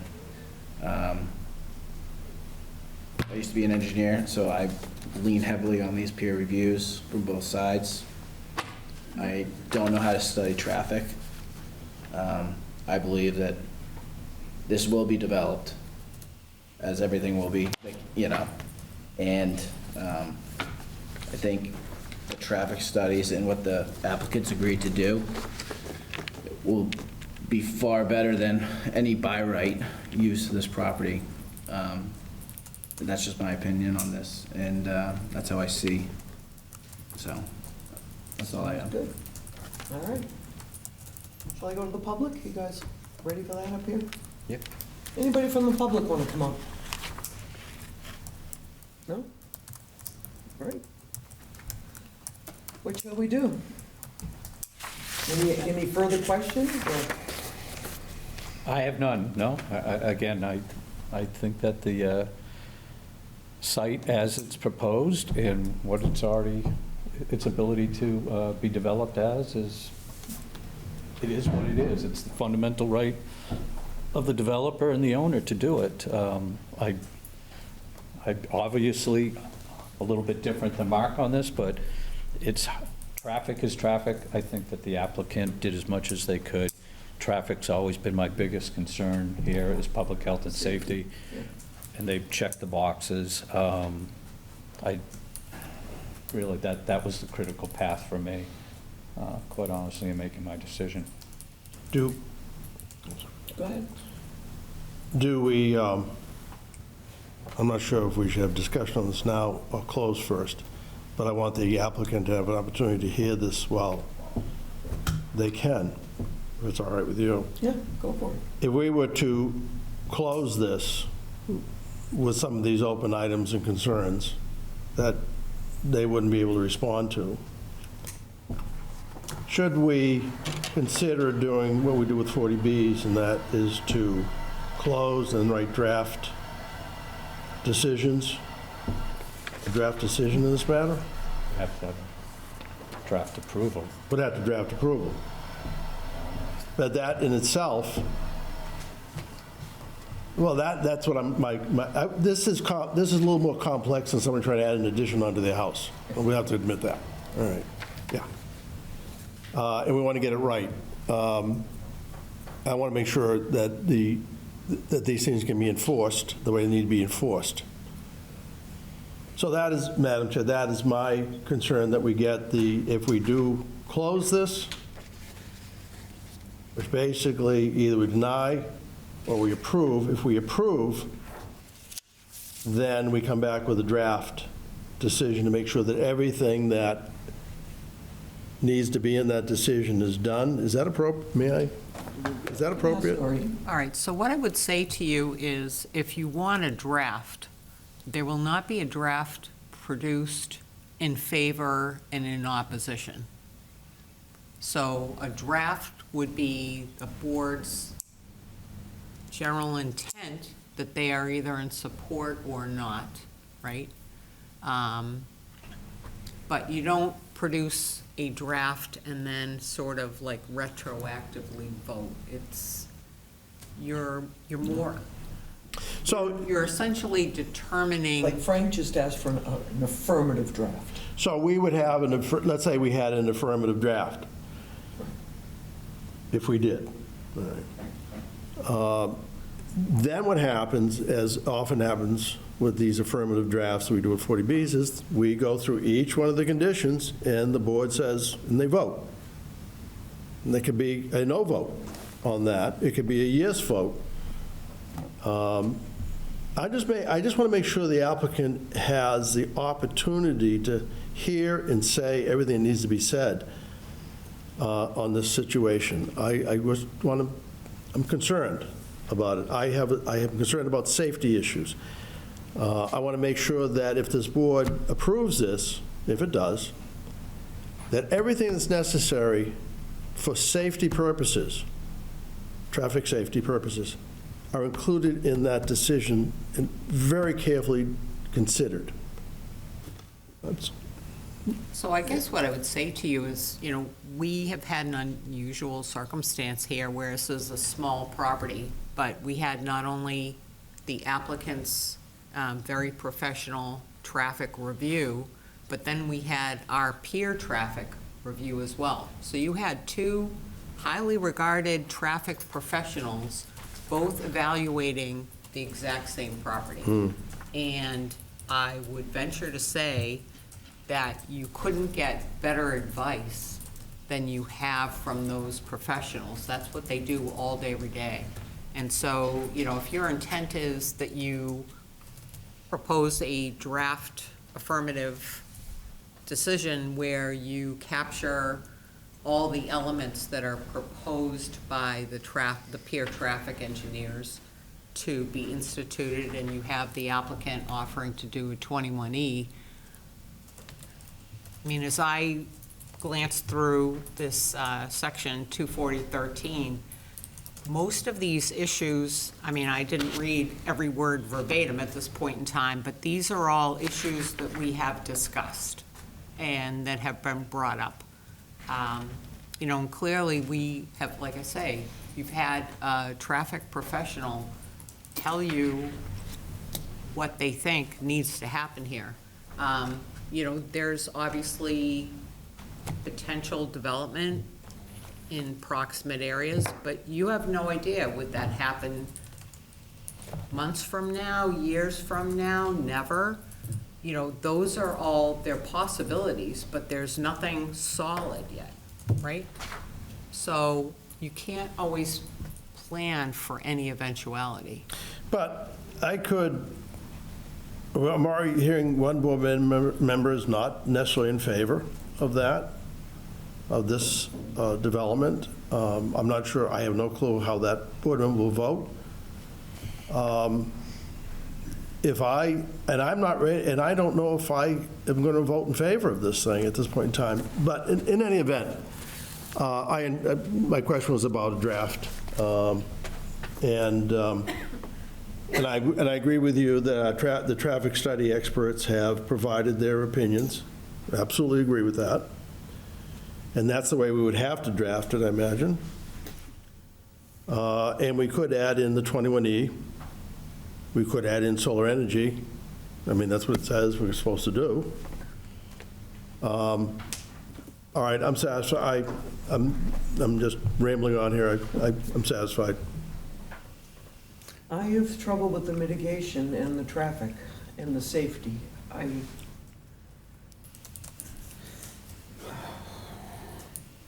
I struggle.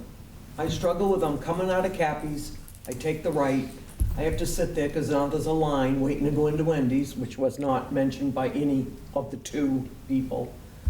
And you can't see if cars are coming from Napa. I just struggle. I know there's not going to be death, so that's good. Only be car smacking. I don't think there's going to be death. I don't. There's going to be pedestrians. That could happen. I struggle with this. I struggle big time with this, the safety part. I don't understand the concern about not seeing cars when the experts have clearly stated that we meet the visibility requirements, the sight distance requirements. From the intersection, they did. No, from Did they do the the entrance? driveways. So the entrance, they think if you're sitting at Cappy's and you look and this car's sitting there queuing up, waiting to take the left, that's safe? Look, all I can tell you is that the traffic engineer is saying dude said it's safe. that the driveways are designed to be safe. Yeah, okay, all right. And operate safely, and the town engineers and professional planners thought so as well. It's their opinion matters a whole lot more than mine. None of them even thought to ask about a 21E, so I don't know either, Some people miss stuff. I want to be able to sleep at night. All you can do is I the drive best up you there can all the do. time. I try not to I drive am up there. interested in Mr. Petrucci's thoughts. I think the board has options. You know, in some towns, the boards direct the applicant to draft a decision and submit it for the boards. It makes it easier, I think, for the administrator or the board. You're going to draft our decision? I said It does happen. that in some towns, that's what's It does happen. expected. It does. Well, It's we still a vote. It's still- have very high Yeah. quality zoning I'm administration. not suggesting. Don't need that. I'm not suggesting we No, should it do does that. happen, though. It's legit. I'm not suggesting we Lots of should do things that in this happen. case. I'm just saying that there are various ways to handle, to get from where you are now to a closure. You can Put it close on Main the, Street. you could close the hearing tonight and take a vote on directing the administrator to write a decision in favor or not. You can close the hearing and do that. I believe you can make that direction without closing the hearing. It would help to focus the issues, and you'll still be able to talk about the decision, and you'd give us the opportunity then to also have input if we needed to. Maybe between now and then, we'd be able to suggest some solar energy, or maybe the client is actually already planning to do a groundwater pump. Bingo. We are in the position that we could address that. Come on up. Osama Sahrawi, I am one of the partners for Fashion Food, 36 years in Cape Cod, operating Wendy's restaurants from Orleans to Hyannis, Yarmouth. I built Yarmouth, Mashpee, and the second one, Hyannis, we opened 5 weeks ago. Was it your wife that wrote something in here? Is that? What's your last name?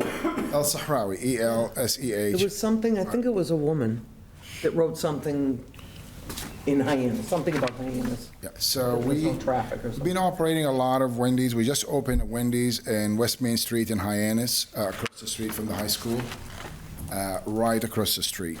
And it's been no issues whatsoever. This is week 5. Kids walk in the crosswalk, come to Wendy's, buy their lunch after school, and they, God willing, we don't have any issues. So we've been operating, never had any accidents, around our restaurants. We are in Orleans for 40 years there, and we have a great track record for what we do. We do a great job. We take care of our customers, take care of our neighborhood, take care of our property. And we just opened in Mashpee as well, 3 years ago in 2022. And we continue to do the same here, So we tried to be in Falmouth for almost 10 years now. We tried 3 times. And this is we've done everything we could to, to make sure whatever the planning board, your board, traffic peer reviews, everything, we try to do everything to make it work. And we are interested to be in town. It's a great town, and we'd love to be here. So whatever we need to do to get this through, whatever money we spend, we can live with whatever the decision you're going to make at the end. So. May I ask a question? Yes, sir. What would you suggest, or maybe your attorney wants to do this, but what would you suggest is the best way for those who have safety concerns for traffic? How would we overcome that? Because we're really stuck, well, I am, I can't speak for others. I'm a little stuck, on the safety issue, because I just went down to that intersection again, and I'm no traffic expert, as my colleague over here talked about, and I am, that was tough. That was really tough. Well, first of all, the areas... So let me just finish. Sorry. Because I want to get past this if we can. I really do, because this is what's really hanging me up. The solar we can deal with, the 21E we can deal with. How do we overcome, how do I overcome my concerns about traffic study? Your attorney has said, well, you've got, and our zoning administrator has pointed out, well, you've got experts who said, it's really, yeah, there's going to be increased traffic, but these are the things that are going to help overcome that. it's not a perfect solution, but it's a start of a solution. For me, it's, well, there's a lot of other things going to go on that, in that area. And what happens if somebody is seriously injured because I voted to approve this? I want to know how to overcome this. You want to respond? I can respond, yeah. No, you can't do after me. So, you know, we would never stop any accident in the world. You know, there's a lot of accidents. My daughter lives in Dubai. There's missiles flying over her head tonight, last night, and she's still there. And I said, you need to leave. And she said, no. I live here, I work here. She was born here in Cape Cod Hospital. She works in Dubai. She's the regional manager for Airbnb for Africa and the Middle East. And she said, this is my job. This is where I'm going to be. So how do I stop this from happening? I didn't know it's going to happen. You don't know that it's going to be accident going to happen. You had a fire here in Falmouth. I was driving, and major fire, like 12 fire trucks. How do you ever stop a fire from happening? I don't know. So it's, do we have accident every day in the street in 28? Sure. Do you have accident here in Falmouth? Sure. Every night, every day, you see them. Actually, we're coming to the hearing, what, 5 times, 6 times? You know, 3 times the road was closed because of accidents. You cannot stop them.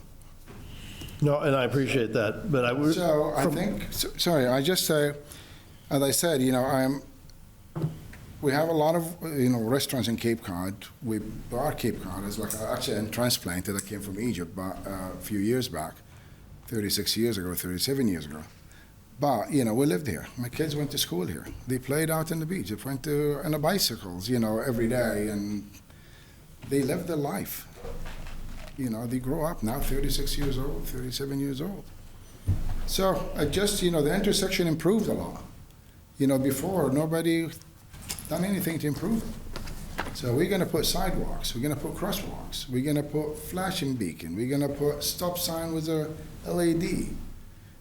We're going to put the, the radar, speed radars, you know, to stop, to slow down when the people, you know, everybody slow down when you see the thing flashing you too fast.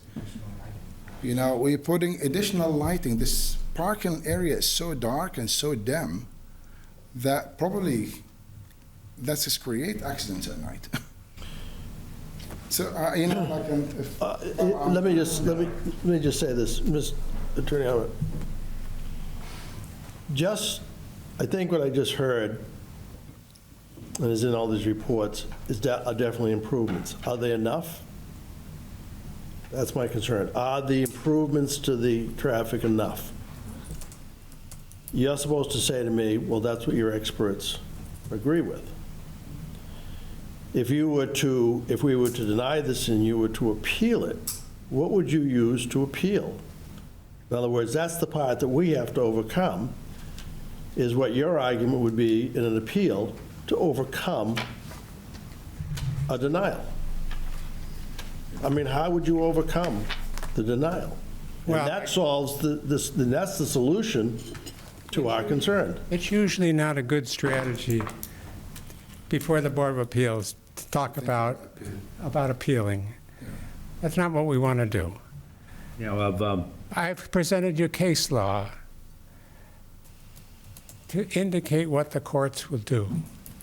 Generally, a court will acknowledge the discretion that the local board has. And the court typically, I suspect much more often, will deny an appeal than approve an appeal, than overturn a decision. The cases I've submitted are examples where the court said there wasn't any credible evidence that was different from what the experts said. Yes, there'll be more traffic and it will back up a queue longer, but that's not where the accident's likely to happen. The accidents happen at the intersection, and it will be a safer intersection. I hate the idea that you would feel bad if somebody got hurt in an accident who had been leaving Wendy's. I wouldn't expect you to feel bad if you didn't approve this and instead some other use was put in there and that an accident occurred. It, in fact, is likely to happen at some point. So the argument is that you, Madam Chair, if I can, the argument is that by approving this and installing the improvements to that intersection is better than not approving this and just having the same intersection. That's true. That's what I think, and that's what the experts. I have to consider all of this in my decision. Assuming that this land is never going to be used forever. Well, that's not going to happen, but I'm just saying. It's going to be used somehow. I'm trying to get to the place I need to get, and somebody else can do whatever they want to do. And we want to help you to get there. Now, of all your locations, this would be your first non-Main Street location. Well, that's Orleans is not Main Street. Orleans is behind. Yarmouth is actually Station Avenue in the back alleys, and Old Town House Road is not a Station Avenue itself. There's a Boston High School down the street. There is. So I'm straight right across from, high school. So I just, we try as best as we can. We mitigate it as much as we can. And I really appreciate your consideration. Thank you. Can I just add to the what I was expressing earlier about your concern about being responsible for an accident should it occur? And a lot of people share that responsibility, don't they?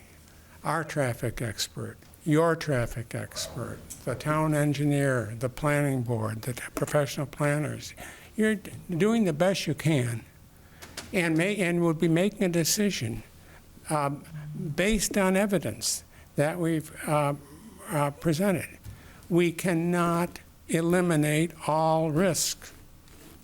That exists. That's what Usama was saying about where his daughter lives. But the evidence is that we're going to improve the intersection. We're going to reduce the speed on Worcester Court. And I think we've... I already have my answer. I already understand and have my answer. Thank you. for your efforts. Shall we close? Yeah, I don't have any additional. Set to close? All set to close. All right. Motion to close. Second? We have a motion to close in a second. Further discussion? We're all voting. All those in favor of closing? Aye. Aye. Opposed, none. Anybody want to make a motion? I'll make a motion to have a draft proposal in the affirmative, and I guess I'll have to wait for a second. You will. Second. We have a second. We have a motion for the draft in the affirmative Correct? and a second. All those in favor of the draft for the affirmative? Aye. Aye. All those against? Who's against? 2? 3-2. For a draft. For a draft affirmative. So that's shot down. All right, so now you have me confused. Yes. All right, so you asked for a draft decision, That was the motion, for a yes. positive draft decision. Yes. With 2 opposed. Yes, So now you have to have another motion. So we have an issue. yes.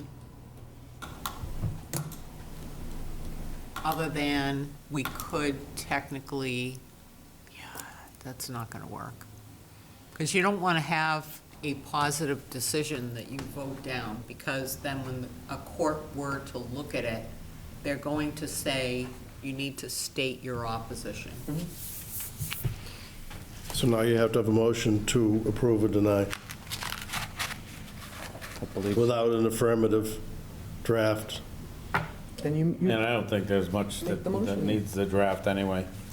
I mean, I guess Just here's the, like, big picture problem, is that if you are opposed, anything that I can draw up, as wonderful as I might be, is still gonna be a no, right? So, and at the end of the day, I will have put in this effort to have it be a positive decision where you're saying no. So it would have to be effectively rewritten. So we should just do a motion to approve or deny. Yeah. I think you can shape this thing with a affirmative draft. I mean, not completely, but I think you can shape this thing. I mean, we do that for long and extremely confusing applications. I mean, this is as confusing as it gets, is yes or no. Can we have this discussion, Madam Chair? Can we have this discussion? Yes. I mean, I don't see what's confusing about this. This is, right now, we're talking about safety, Right. all right? There are mitigating,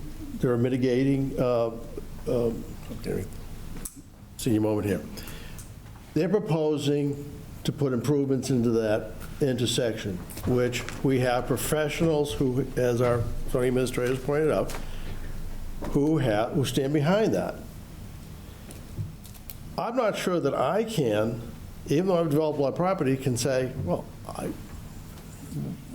that I can't believe in these people. I'm not a traffic expert, and another member here has also said that. I mean, we've seen other cases where, we can't reference them, but it said, we listened to the science on it, or what the experts say right there. They've been I based wrong. my decision off of that and so did the board.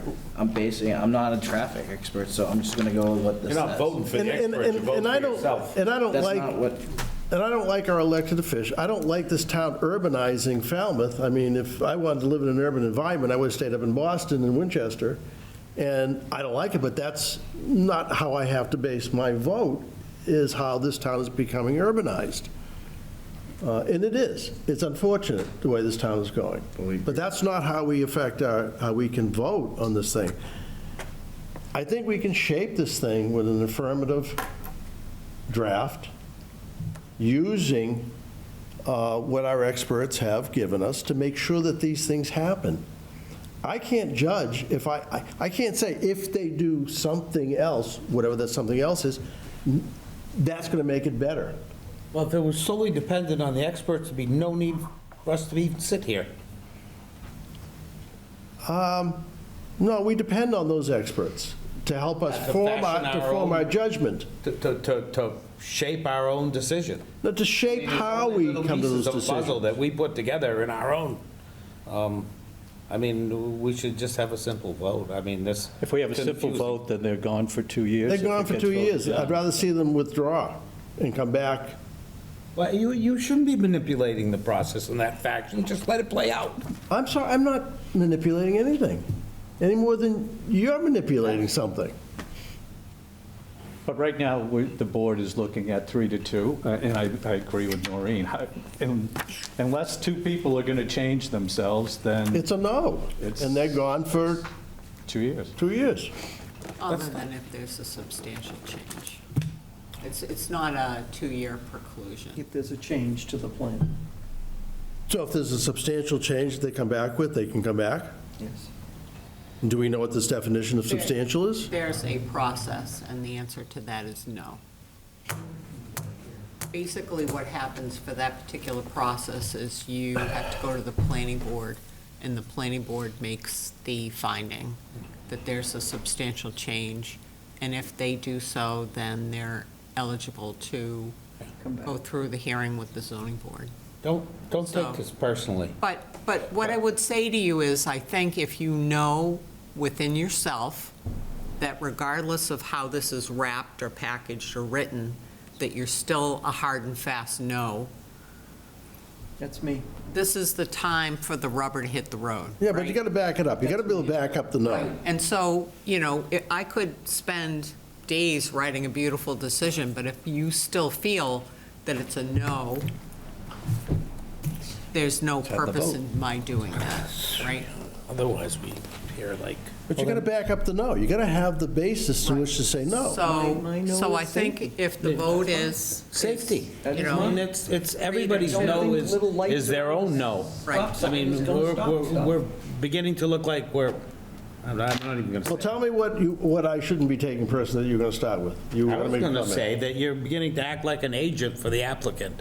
Don't take it personally, but I mean, we're down to the point where we vote. Then let's vote. Then let's vote. All right, let's just vote. I'll call. I mean, just honestly, when do we ever parse things like this before? I mean, This is a difficult case. It's a very difficult case. I understand it.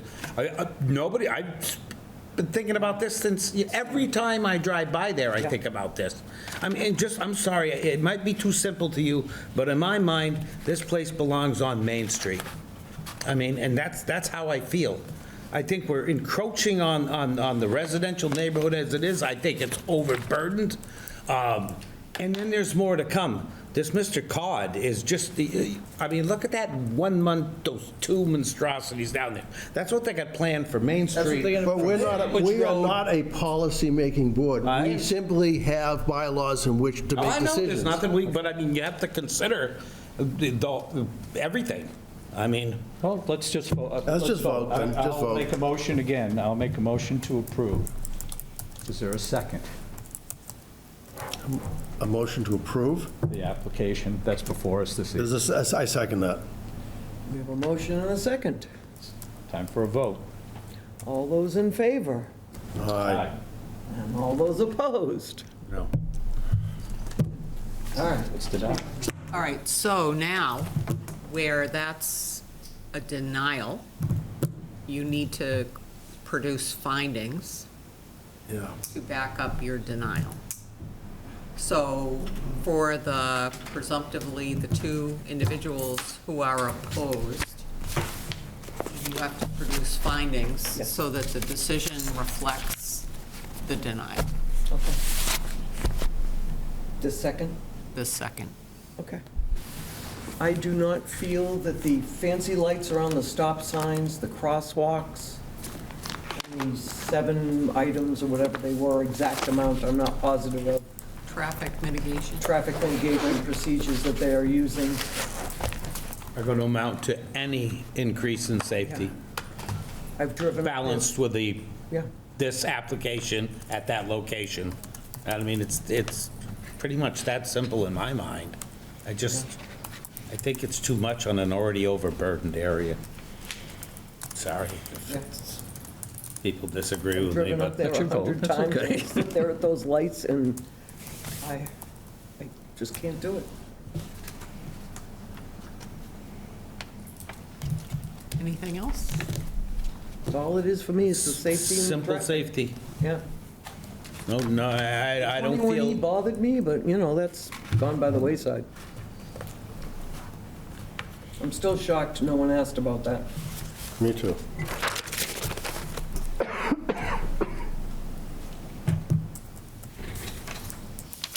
And the applicant, the owner, said right up front, we were dry cleaning, and no one ever asked. I have to correct that. Hearing's closed, no, hearing's closed, yeah.